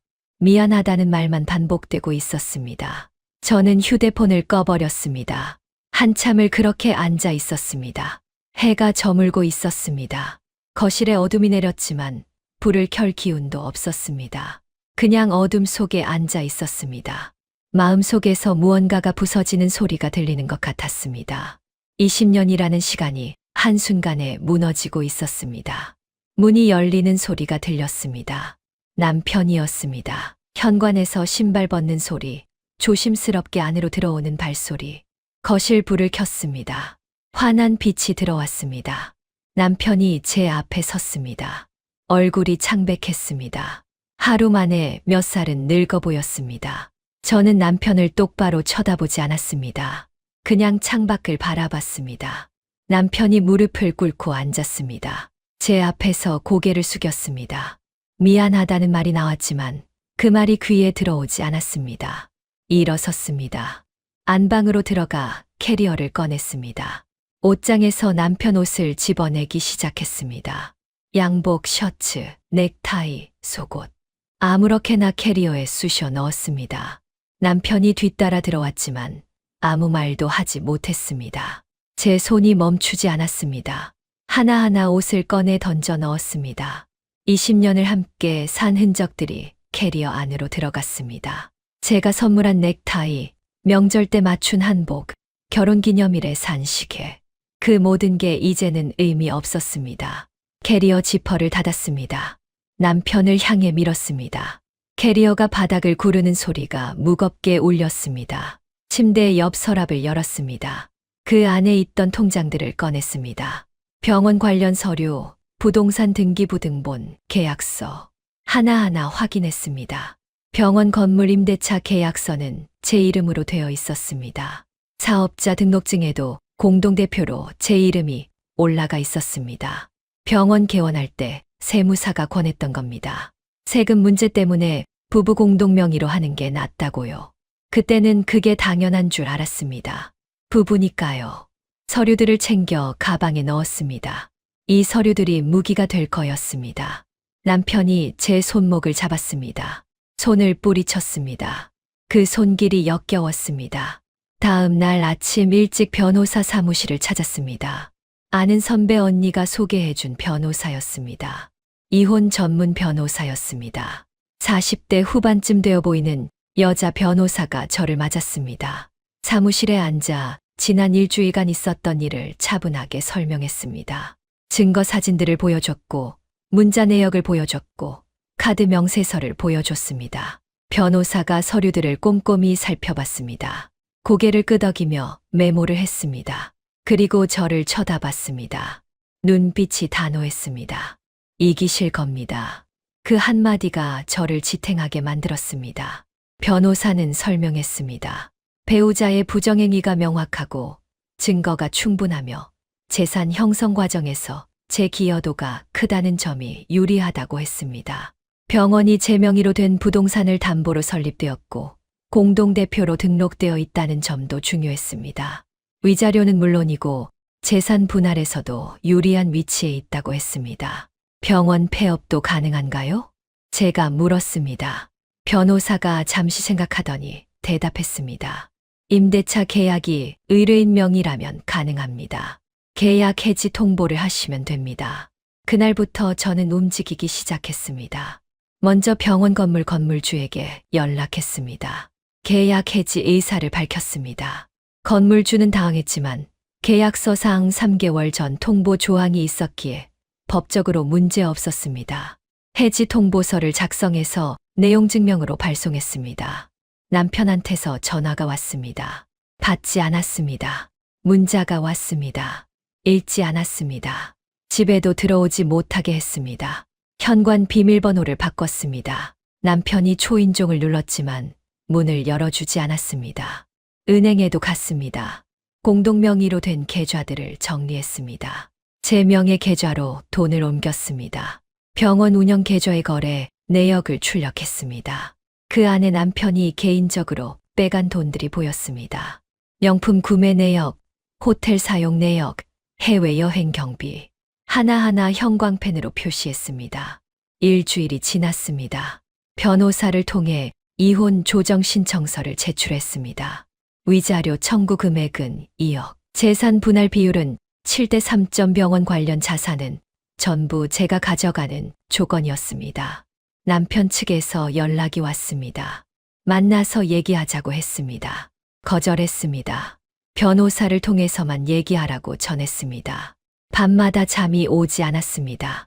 천장을 보며 지난 20년을 떠올렸습니다. 행복했던 순간들, 힘들었던 순간들, 함께 웃었던 순간들. 그 모든 게 거짓이었을까요? 아니었습니다. 분명 진심이었던 순간도 있었을 겁니다. 하지만 그게 뭐가 중요할까요? 결국 남편은 저를 배신했고 그것도 한 명이 아닌 여러 명과 바람을 폈습니다. 용서할 수 없었습니다. 다시는 그 사람과 같은 공간에서 숨 쉬고 싶지 않았습니다. 샵 오막 전원 날을 위한 새로운 결심. 한 달이 지났습니다. 그 한 달 동안 저는 조용히 그리고 철저하게 준비했습니다. 감정에 휘둘리지 않으려 애썼습니다. 울고 싶을 때도 많았지만 눈물은 나중에 흘리기로 했습니다. 지금은 정신 바짝 차리고 제가 해야 할 일을 해야 했습니다. 변호사 사무실을 오가며 서류를 준비했습니다. 재산 목록을 작성했고 혼인, 기간 중 재산 형성 과정을 정리했습니다. 제가 친정에서 가져온 아파트 담보 대출 3억, 병원 설립 비용 명세, 운영 초기 적자 보전 내역, 숫자로 정리하니 더 명확해졌습니다. 이 병원은 제 돈으로 세워진 거였습니다. 병원 직원들에게도 연락이 왔습니다. 간호사 한 명이 제게 전화를 했습니다. 박수진도 아니고 이민지도 아닌 다른 간호사였습니다. 목소리가 조심스러웠습니다. 사모님, 저 김은혜입니다. 병원 상황이 어떻게 되는 건가요? 다들 불안해하고 있어서요. 계약 해지 통보했어요. 3개월 뒤면 병원 문 닫아야 할 거예요. 전화 너머로 한숨 소리가 들렸습니다. 저희는 어떻게 되는 건가요? 3개월치 급여는 다 드릴 거예요. 퇴직금도 정상적으로 지급하고요. 직원분들 잘못은 아니니까요. 감사합니다. 사모님. 전화를 끊고 나니 마음이 복잡했습니다. 죄 없는 직원들까지 피해를 입게 된 게 미안했습니다. 하지만 어쩔 수 없었습니다.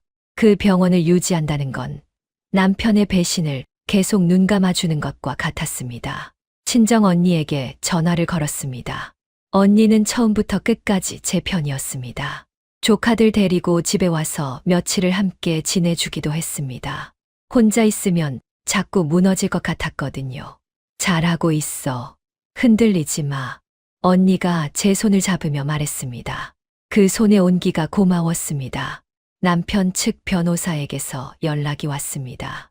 재산 분할 비율을 재조정하자는 제안이었습니다. 7대 3은 과하다는 거였습니다. 저는 단호하게 거절했습니다. 오히려 위자료를 3억으로 올렸습니다. 부정행위가 1명이 아닌 2명 이상이라는 점을 강조했습니다. 그 과정에서 더 충격적인 사실을 알게 됐습니다. 남편이 이민지에게 제주도 여행을 약속하며 건넨 돈이 500만 원이었다는 겁니다. 여행 경비라며 미리 준 돈이었습니다. 은행 거래 내역에 찍혀 있었습니다. 박수진에게는 명품 가방뿐 아니라 귀금속도 여러 번 사줬다는 것도 확인됐습니다. 합계 금액이 1,000만 원이 넘었습니다. 제가 집에서 생활비 조금만 더 달라고 하면 인상을 쓰던 사람이 간호사들에게는 그렇게 돈을 쓰고 있었던 겁니다. 서류를 보다가 웃음이 났습니다. 허무한 웃음이었습니다. 이 사람이 정말 제가 알던 그 사람이 맞나 싶었습니다.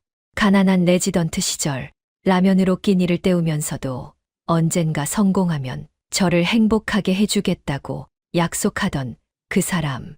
그때는 진심이었을 겁니다. 그런데 어디서부터 틀어진 걸까요? 어쩌면 성공한 순간부터였는지도 모릅니다.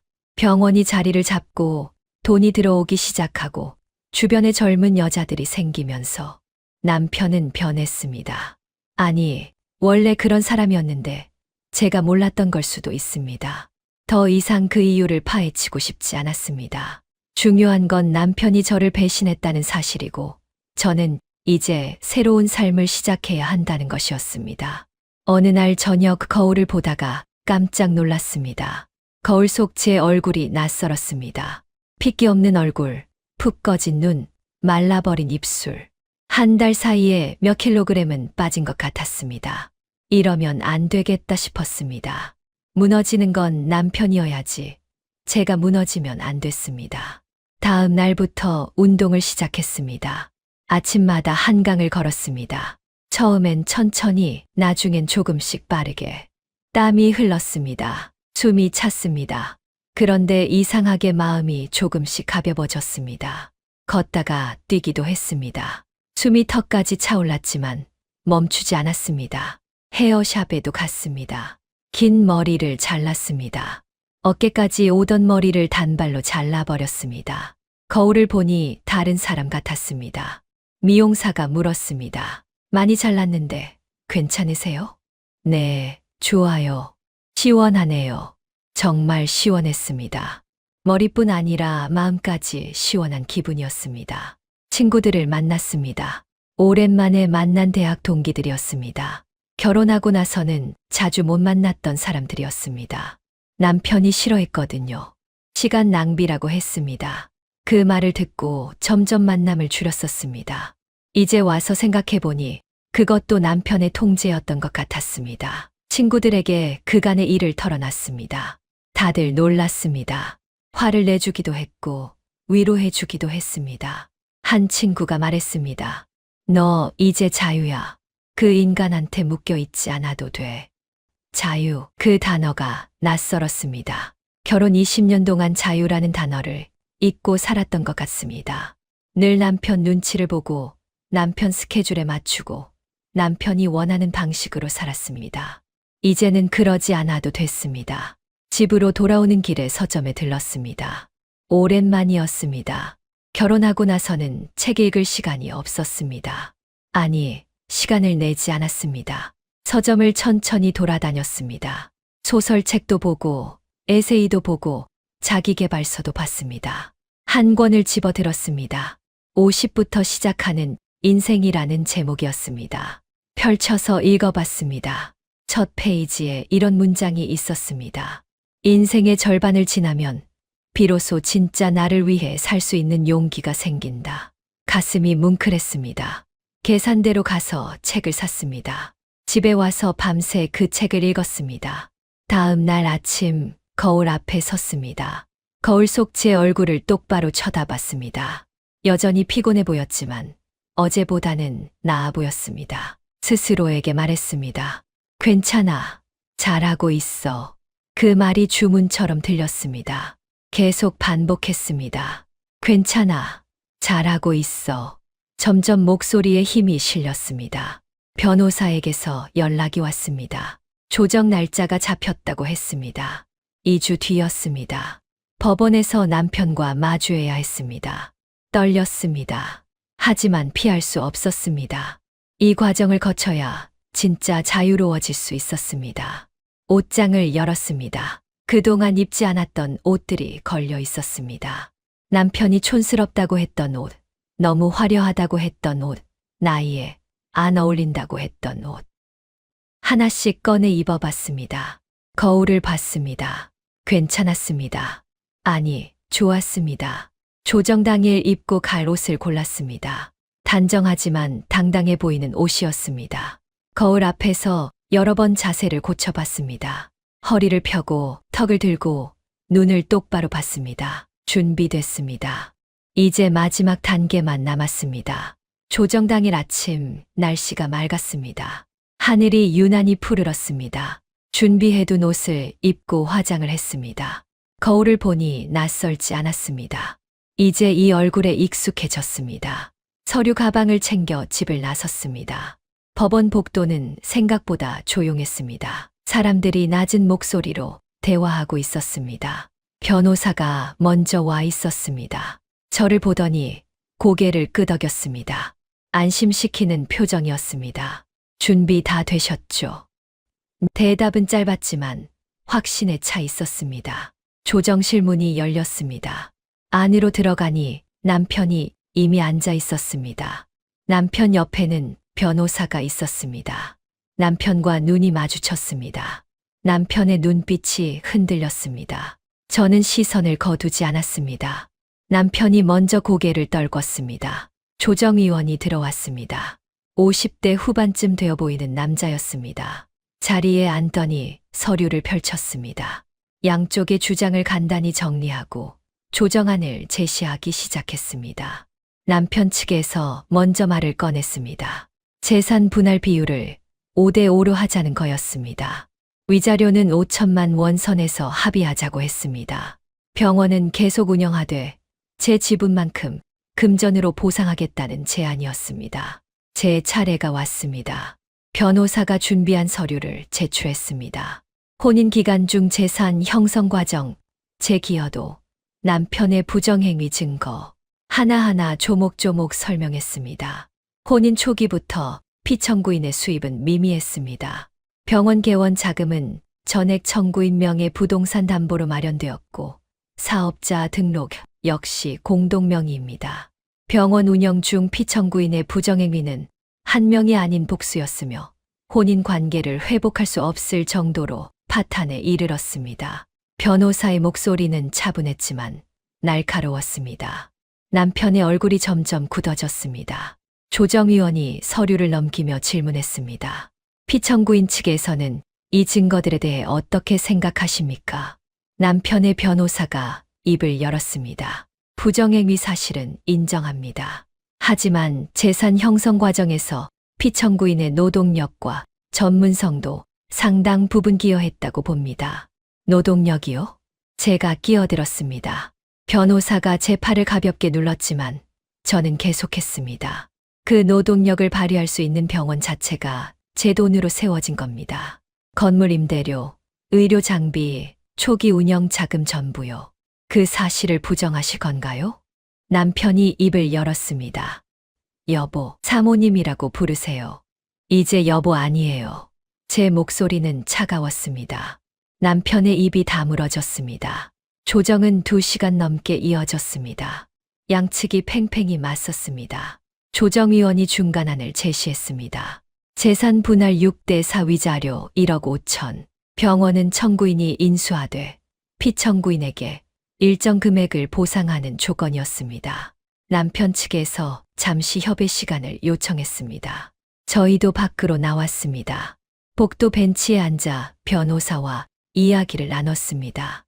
나쁘지 않은 조건입니다. 받아들이셔도 됩니다. 아니요. 고개를 저었습니다. 전 처음 제시한 조건 그대로 가고 싶어요. 7대3 위자료 3억. 병원은 제가 전부 가져가는 거요. 그러면 조정이 결렬될 수도 있습니다. 소송으로 가면 시간이 더. 상관없어요. 시간이 걸려도 괜찮아요. 전 제대로 받아내고 싶어요. 변호사가 저를 쳐다봤습니다. 그리고는 천천히 고개를 끄덕였습니다. 알겠습니다. 그렇게 하시죠. 다시 조정실로 들어갔습니다. 조정위원이 양측의 입장을 물었습니다. 남편 측은 조정안을 수용하겠다고 했습니다. 저는 거절했습니다. 조정위원의 표정이 난처해졌습니다. 청구인 측에서 조정안을 거부하시면 이 조정은 불성립되고 소송으로 갈 수밖에 없습니다. 상관없습니다. 남편이 벌떡 일어났습니다. 당신 지금 뭐 하는 거야? 합의하면 되잖아. 앉으세요. 제 목소리는 흔들리지 않았습니다. 전 당신이 저한테 한 일에 합당한 대가를 받을 거예요. 그게 싫으면 재판에서 보시죠. 남편의 얼굴이 일그러졌습니다. 하지만 더 이상 아무 말도 하지 못했습니다. 조정은 그렇게 결렬됐습니다. 법원을 나서는데 남편이 뒤쫓아왔습니다. 제 팔을 잡았습니다. 돌아봤습니다. 놔요. 여보, 아니 미정아, 제발 좀 놓으라고요. 팔을 뿌리쳤습니다. 남편이 비틀거렸습니다. 왜 이렇게까지 하는 거야? 조정안도 나쁘지 않잖아. 나쁘지 않다고요? 웃음이 났습니다. 20년을 속이고 2명이나 되는 여자랑 바람 피우고 내 돈으로 그 여자들한테 명품 사주고 그러고도 재산 반반 나누자는 게 합리적이래요? 미안하다고 했잖아. 내가 잘못했어. 인정해. 인정한다고 다 해요.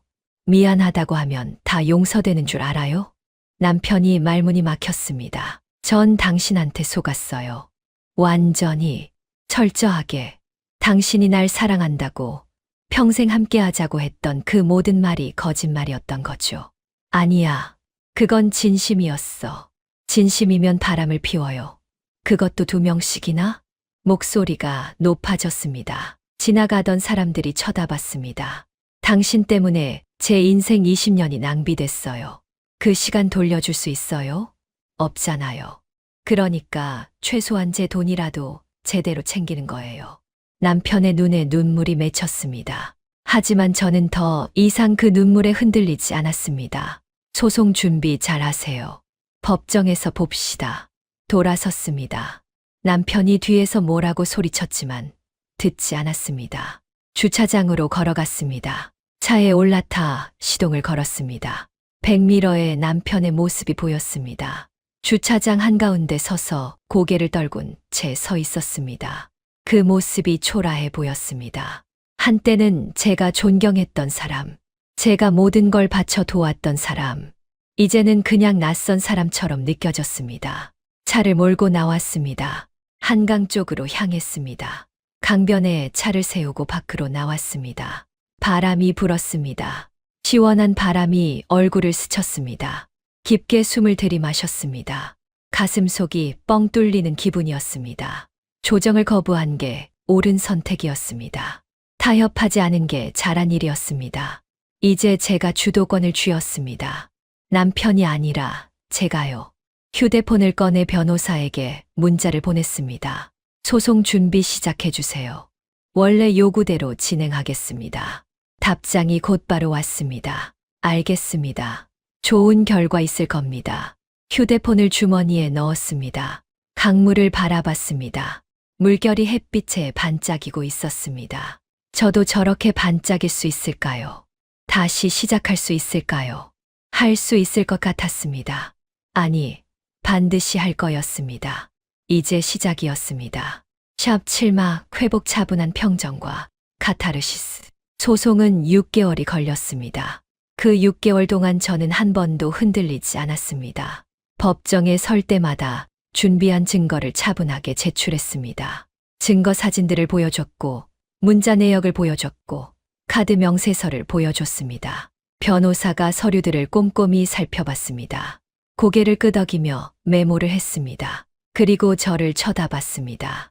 눈빛이 단호했습니다. 이기실 겁니다.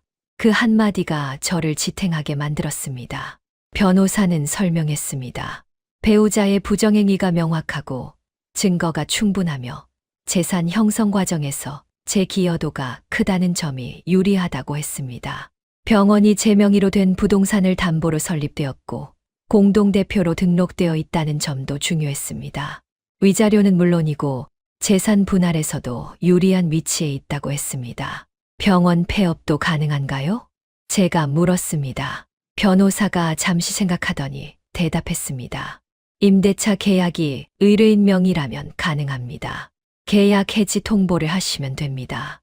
그날부터 저는 움직이기 시작했습니다. 먼저 병원 건물 건물주에게 연락했습니다. 계약 해지 의사를 밝혔습니다. 건물주는 당황했지만 계약서상 3개월 전 통보 조항이 있었기에 법적으로 문제 없었습니다. 해지 통보서를 작성해서 내용 증명으로 발송했습니다. 남편한테서 전화가 왔습니다. 받지 않았습니다. 문자가 왔습니다. 읽지 않았습니다.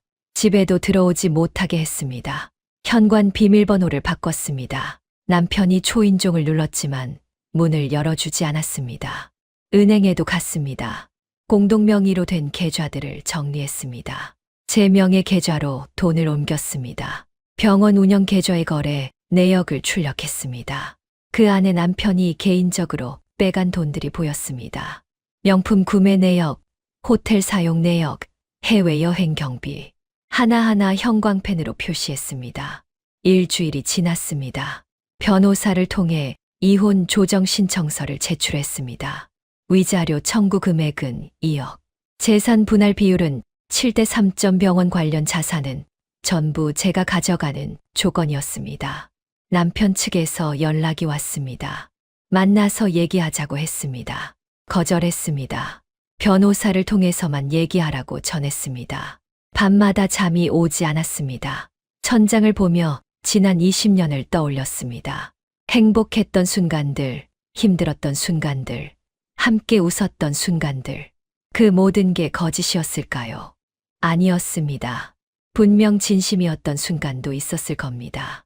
하지만 그게 뭐가 중요할까요? 결국 남편은 저를 배신했고 그것도 한 명이 아닌 여러 명과 바람을 폈습니다. 용서할 수 없었습니다. 다시는 그 사람과 같은 공간에서 숨 쉬고 싶지 않았습니다. 한 달이 지났습니다. 그 한 달 동안 저는 조용히 그리고 철저하게 준비했습니다. 감정에 휘둘리지 않으려 애썼습니다. 울고 싶을 때도 많았지만 눈물은 나중에 흘리기로 했습니다. 지금은 정신 바짝 차리고 제가 해야 할 일을 해야 했습니다. 변호사 사무실을 오가며 서류를 준비했습니다. 재산 목록을 작성했고 혼인, 기간 중 재산 형성 과정을 정리했습니다. 제가 친정에서 가져온 아파트 담보 대출 3억, 병원 설립 비용 명세, 운영 초기 적자 보전 내역, 숫자로 정리하니 더 명확해졌습니다.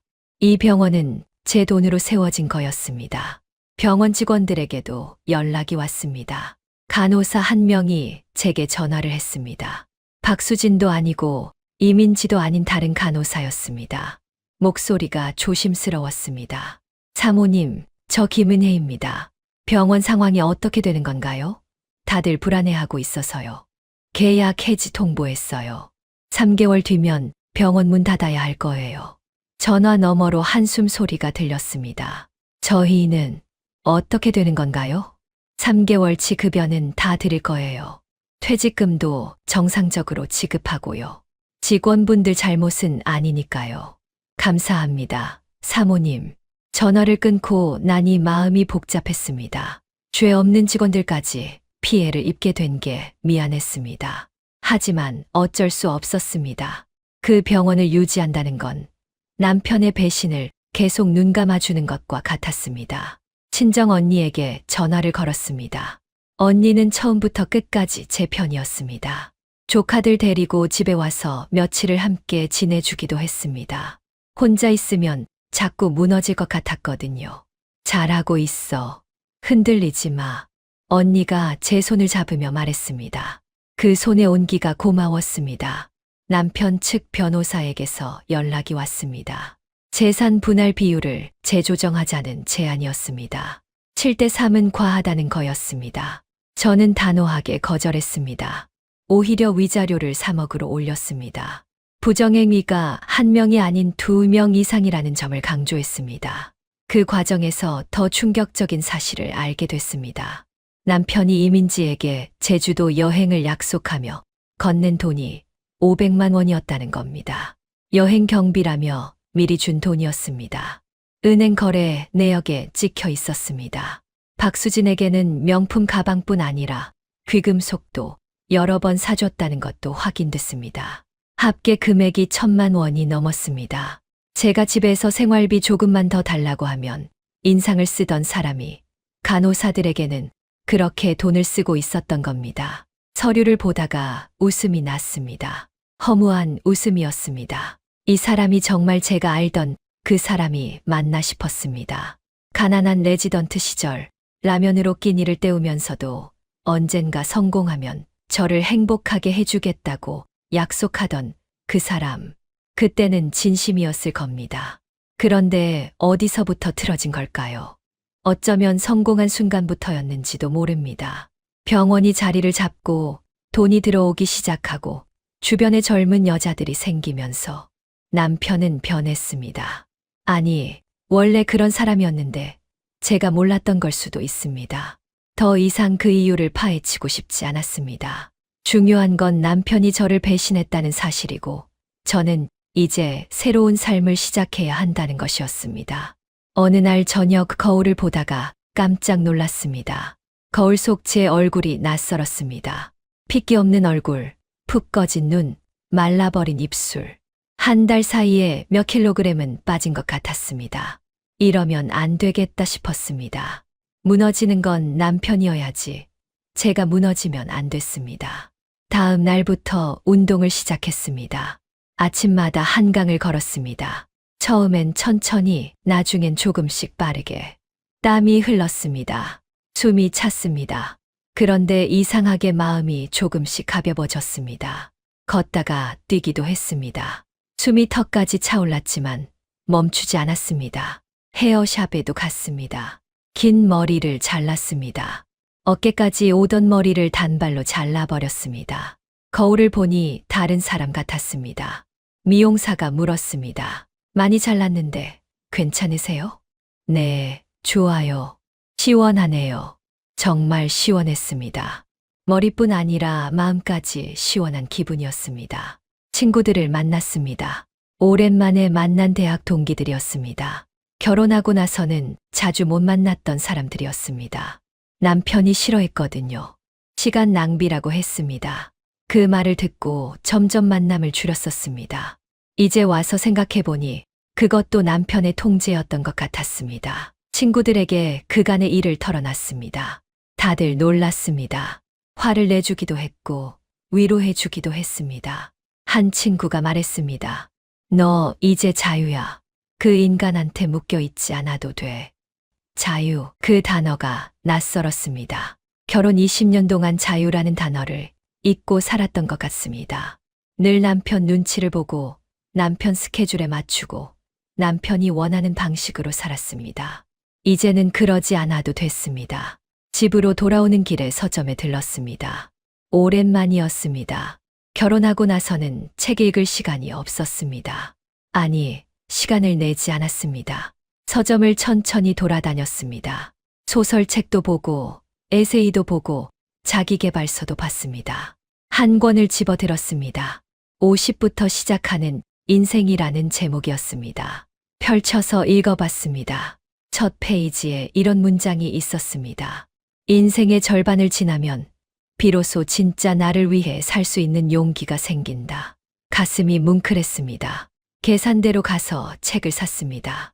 집에 와서 밤새 그 책을 읽었습니다. 다음 날 아침 거울 앞에 섰습니다. 거울 속 제 얼굴을 똑바로 쳐다봤습니다. 여전히 피곤해 보였지만 어제보다는 나아 보였습니다. 스스로에게 말했습니다. 괜찮아. 잘하고 있어. 그 말이 주문처럼 들렸습니다. 계속 반복했습니다. 괜찮아. 잘하고 있어. 점점 목소리에 힘이 실렸습니다. 변호사에게서 연락이 왔습니다. 조정 날짜가 잡혔다고 했습니다. 2주 뒤였습니다. 법원에서 남편과 마주해야 했습니다. 떨렸습니다. 하지만 피할 수 없었습니다. 이 과정을 거쳐야 진짜 자유로워질 수 있었습니다. 옷장을 열었습니다. 그동안 입지 않았던 옷들이 걸려 있었습니다. 남편이 촌스럽다고 했던 옷, 너무 화려하다고 했던 옷, 나이에 안 어울린다고 했던 옷. 하나씩 꺼내 입어봤습니다. 거울을 봤습니다. 괜찮았습니다. 아니, 좋았습니다. 조정 당일 입고 갈 옷을 골랐습니다. 단정하지만 당당해 보이는 옷이었습니다.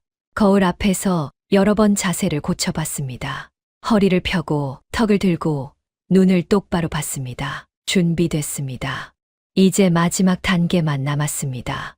조정 당일 아침 날씨가 맑았습니다. 하늘이 유난히 푸르렀습니다. 준비해둔 옷을 입고 화장을 했습니다. 거울을 보니 낯설지 않았습니다. 이제 이 얼굴에 익숙해졌습니다. 서류 가방을 챙겨 집을 나섰습니다.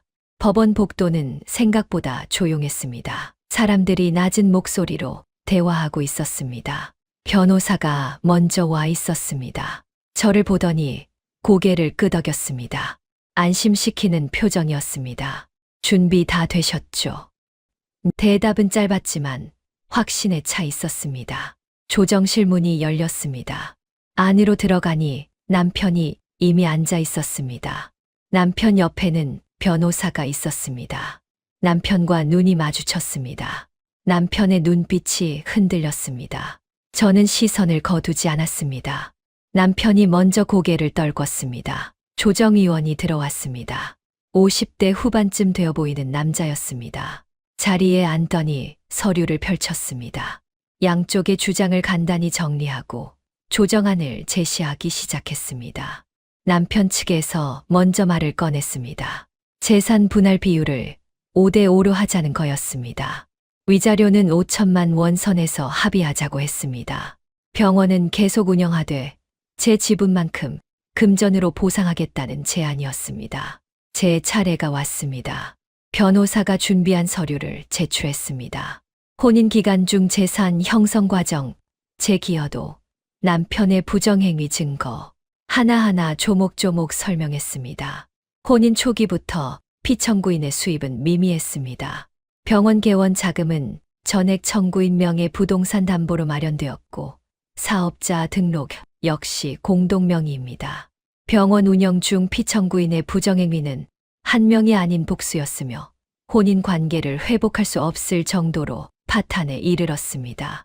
변호사의 목소리는 차분했지만 날카로웠습니다. 남편의 얼굴이 점점 굳어졌습니다. 조정위원이 서류를 넘기며 질문했습니다. 피청구인 측에서는 이 증거들에 대해 어떻게 생각하십니까? 남편의 변호사가 입을 열었습니다. 부정행위 사실은 인정합니다.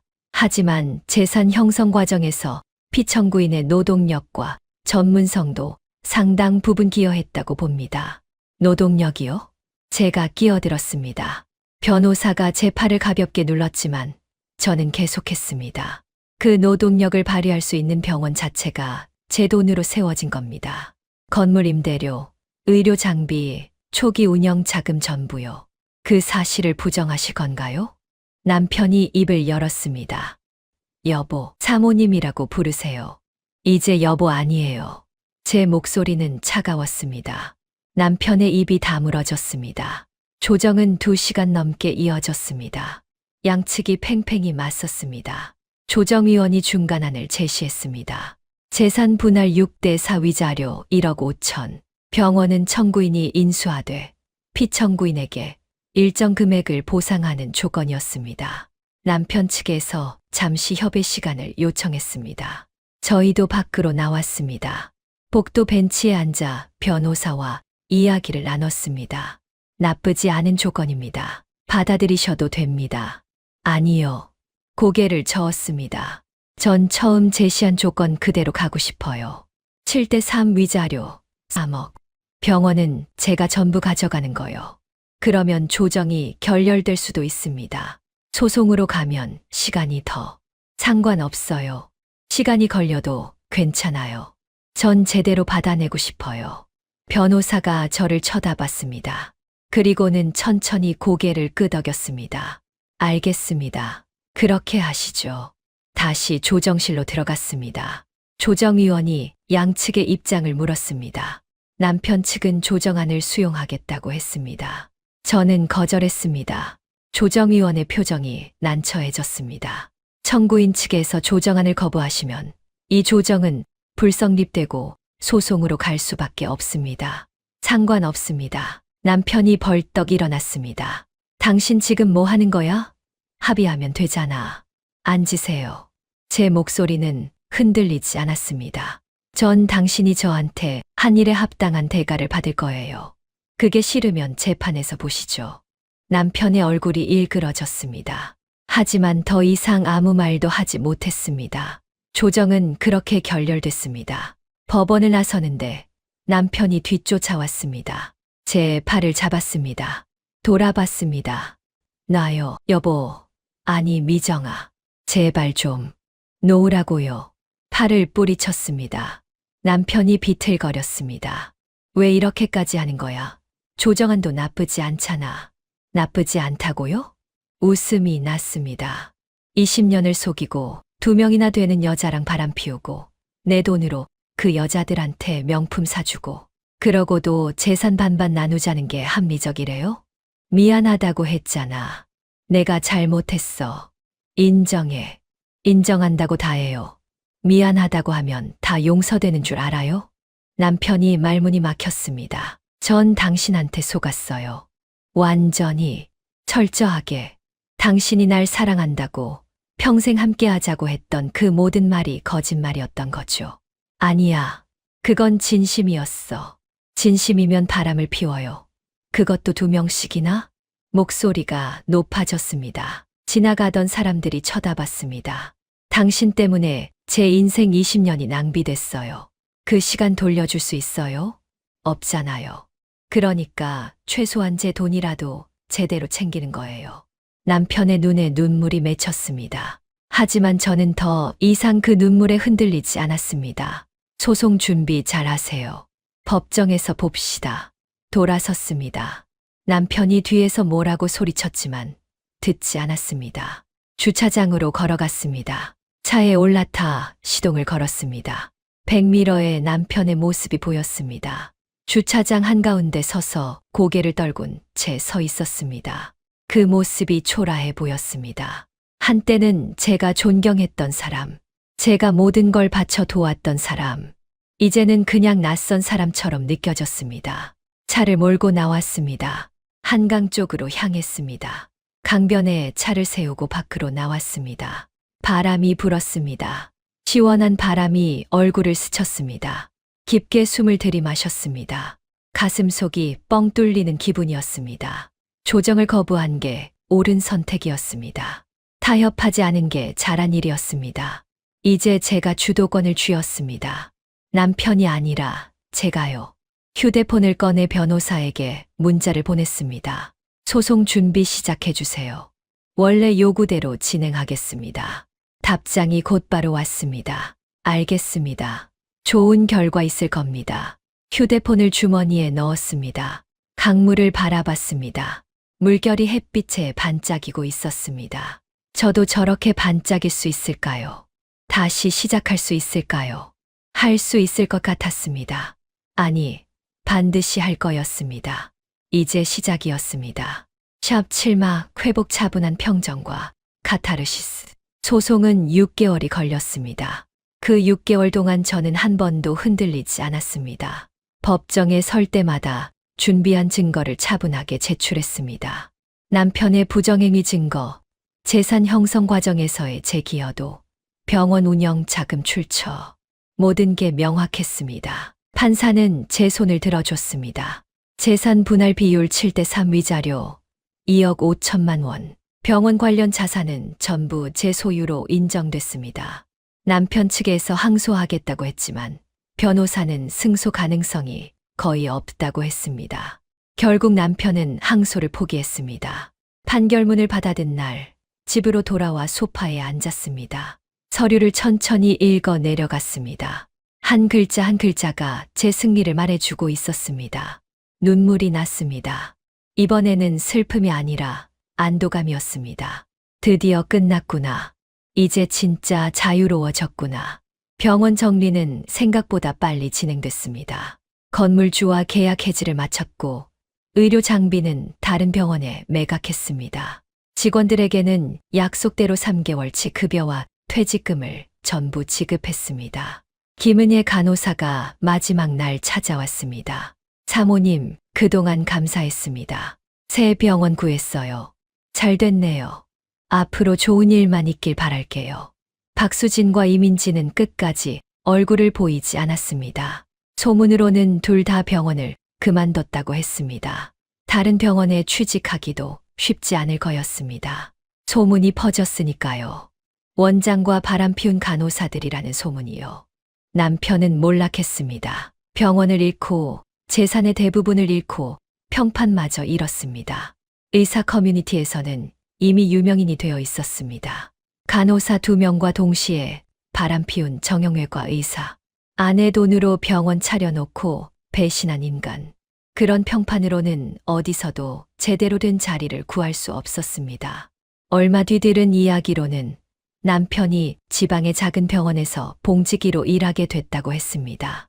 월급은 개원의 시절의 절반도 안 됐습니다. 원장이 아니라 그냥 월급쟁이 의사였습니다. 살던 오피스텔도 빼서 월세로 옮겼다고 했습니다. 친정 언니가 전해준 소식이었습니다.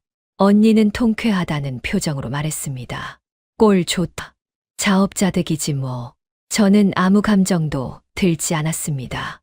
동정심도 죄책감도 없었습니다. 그냥 당연한 결과라고 생각했습니다. 저는 새 출발을 준비했습니다.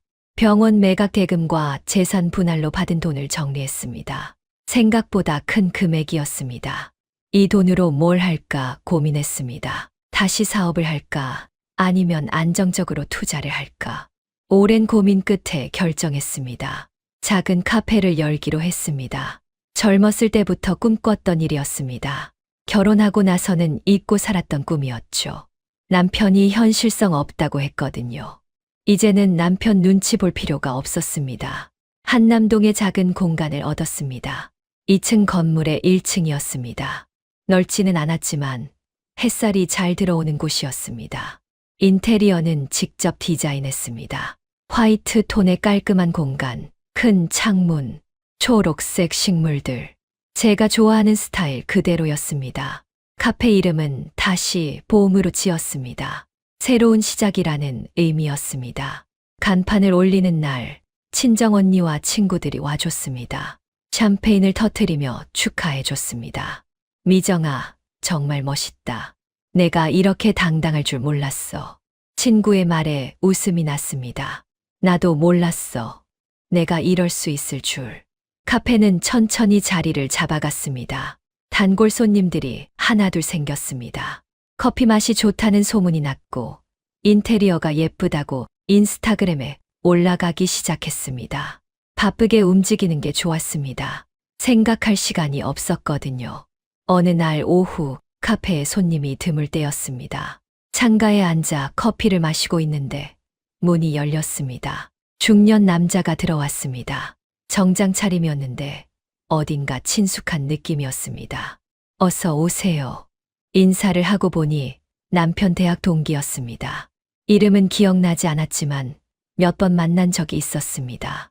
남자도 저를 알아봤습니다. 사모님, 아니, 여기 사장님이세요?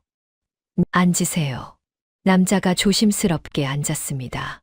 메뉴를 보더니 아메리카노를 주문했습니다. 커피를 내오며 물었습니다. 준혁이 이야기 들으셨죠? 소문으로. 남자가 난처한 표정을 지었습니다. 제 걱정은 하지 마세요. 전 잘 지내고 있으니까요. 보니까 그러시네요. 카페도 멋있고. 남자가 주변을 둘러봤습니다. 준혁이는 많이 힘들어 하더라고요. 요즘. 그래요? 별 감흥이 없었습니다. 자기가 다 잘못한 거라고 후회한다고 하던데. 후회해도 소용없죠. 이미 엎질러진 물인데요. 남자가 더 이상 아무 말도 하지 못했습니다. 커피를 다 마시고 계산하고 나가면서 마지막으로 한마디 했습니다. 사장님 정말 멋있어 보이세요. 행복하세요. 감사합니다. 문이 닫혔습니다. 저는 다시 창가로 돌아가 앉았습니다. 남편 이야기를 듣는데도 가슴이 아프지 않았습니다. 미안하지도 안쓰럽지도 않았습니다. 그냥 남의 일처럼 느껴졌습니다. 가을이 왔습니다. 카페 앞 은행나무가 노랗게 물들었습니다. 단풍이 예뻤습니다. 손님들이 창밖 풍경을 보며 감탄했습니다. 저도 그 풍경이 좋았습니다. 계절이 바뀌는 게 느껴졌습니다. 제 인생에도 계절이 바뀌고 있었습니다. 친구들과 여행을 갔습니다. 제주도로 2박 3일 여행이었습니다. 결혼 후 처음 가는 여행이었습니다. 바다를 보고 맛있는 걸 먹고 밤새 수다를 떨었습니다. 웃음이 많이 나왔습니다. 이렇게 웃을 수 있다는 게 신기했습니다. 여행 마지막 날 해변을 걸었습니다. 파도 소리가 들렸습니다.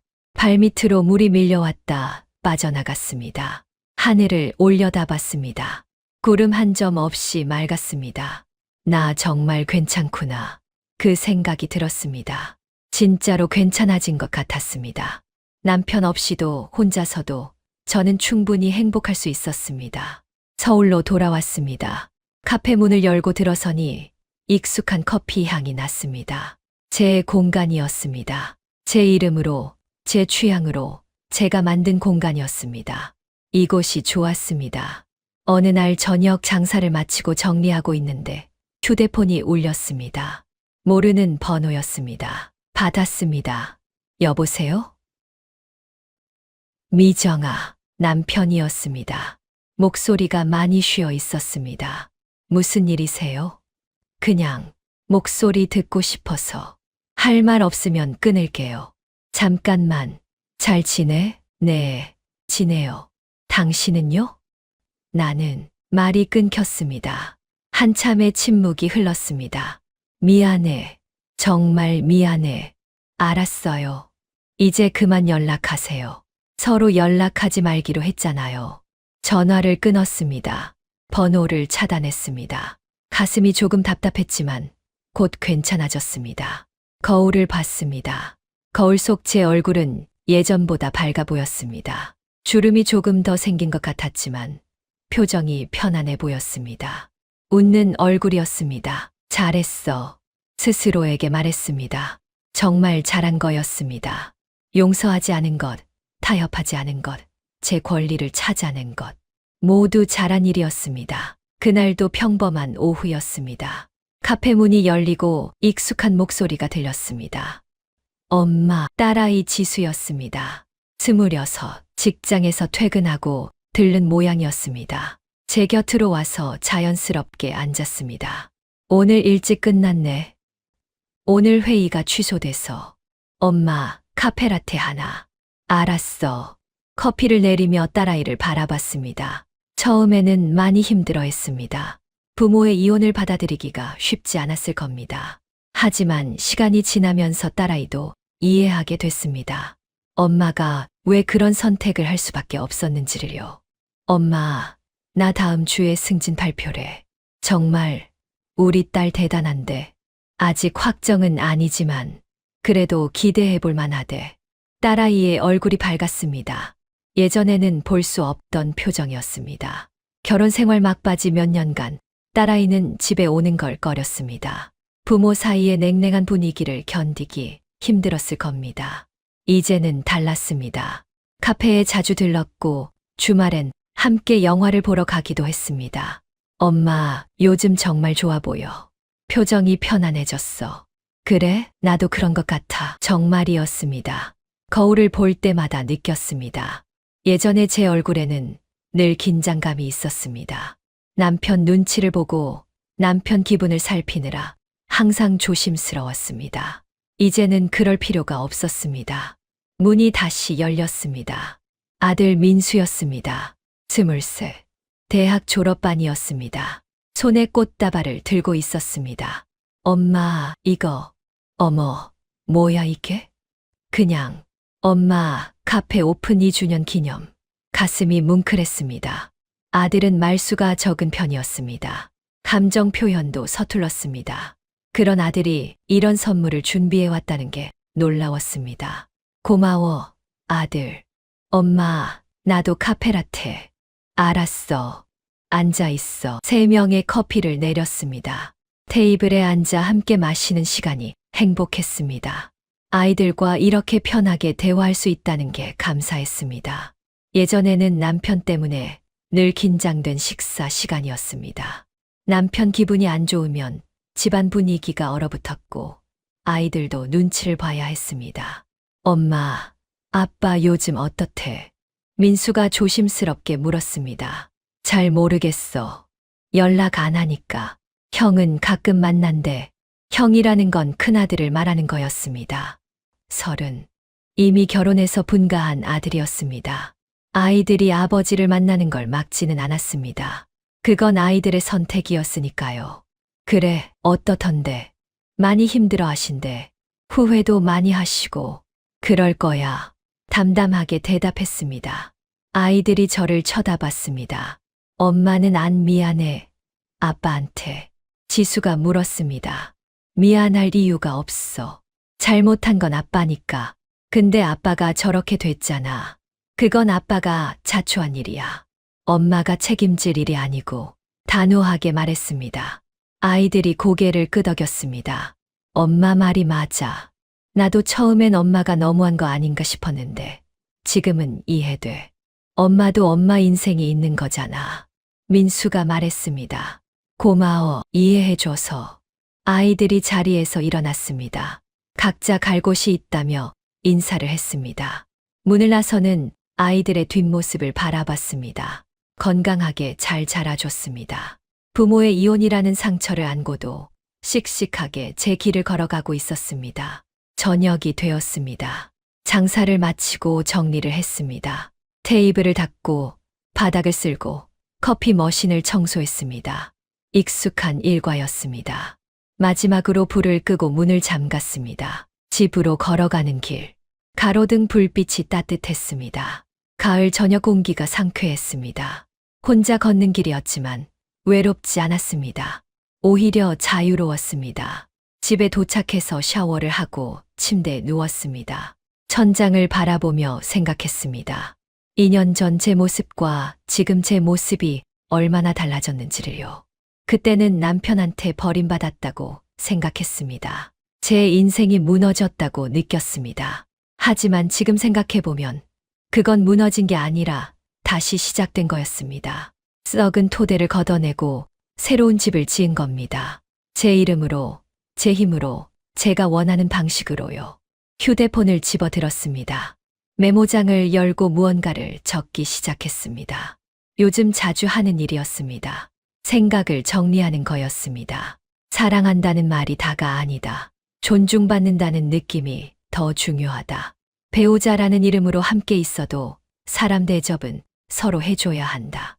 그게 안 된다면 혼자 사는 게 낫다. 문장을 읽어 내려가다가 마지막에 한 줄을 더했습니다. 결혼이 끝나도 인생은 끝나지 않는다. 휴대폰을 내려놓았습니다. 눈을 감았습니다. 마음이 편안했습니다. 내일도 카페 문을 열 겁니다. 커피를 내리고 손님을 맞이하고 아이들을 만날 겁니다. 평범한 일상이었지만 그게 좋았습니다. 어둠 속에서 제 숨소리만 들렸습니다. 고요했습니다. 평화로웠습니다. 문득 예전에 읽었던 책의 한 구절이 떠올랐습니다. 용서는 상대를 위한 게 아니라 나를 위한 것이다. 하지만 용서하지 않는 것도 때로는 나를 위한 선택이다. 저는 남편을 용서하지 않았습니다. 그리고 그 선택을 후회하지 않았습니다. 용서하지 않았기에 제대로 된 대가를 받아낼 수 있었습니다. 떳떳하게 제 몫을 찾아냈습니다. 그게 저를 살렸습니다. 창밖으로 달빛이 들어왔습니다. 하얗고 고요한 빛이었습니다. 그 빛을 보며 생각했습니다. 가족이라는 이름도 20년이라는 시간도 저를 묶어둘 수는 없었습니다. 제가 선택한 건 제 존엄이었습니다. 그리고 그 선택은 옳았습니다. 눈을 감았습니다. 편안한 잠이 찾아왔습니다. 가족이라는 이름으로도 사랑이라는 이유로도 사람은 사람을 함부로 대해선 안 됩니다.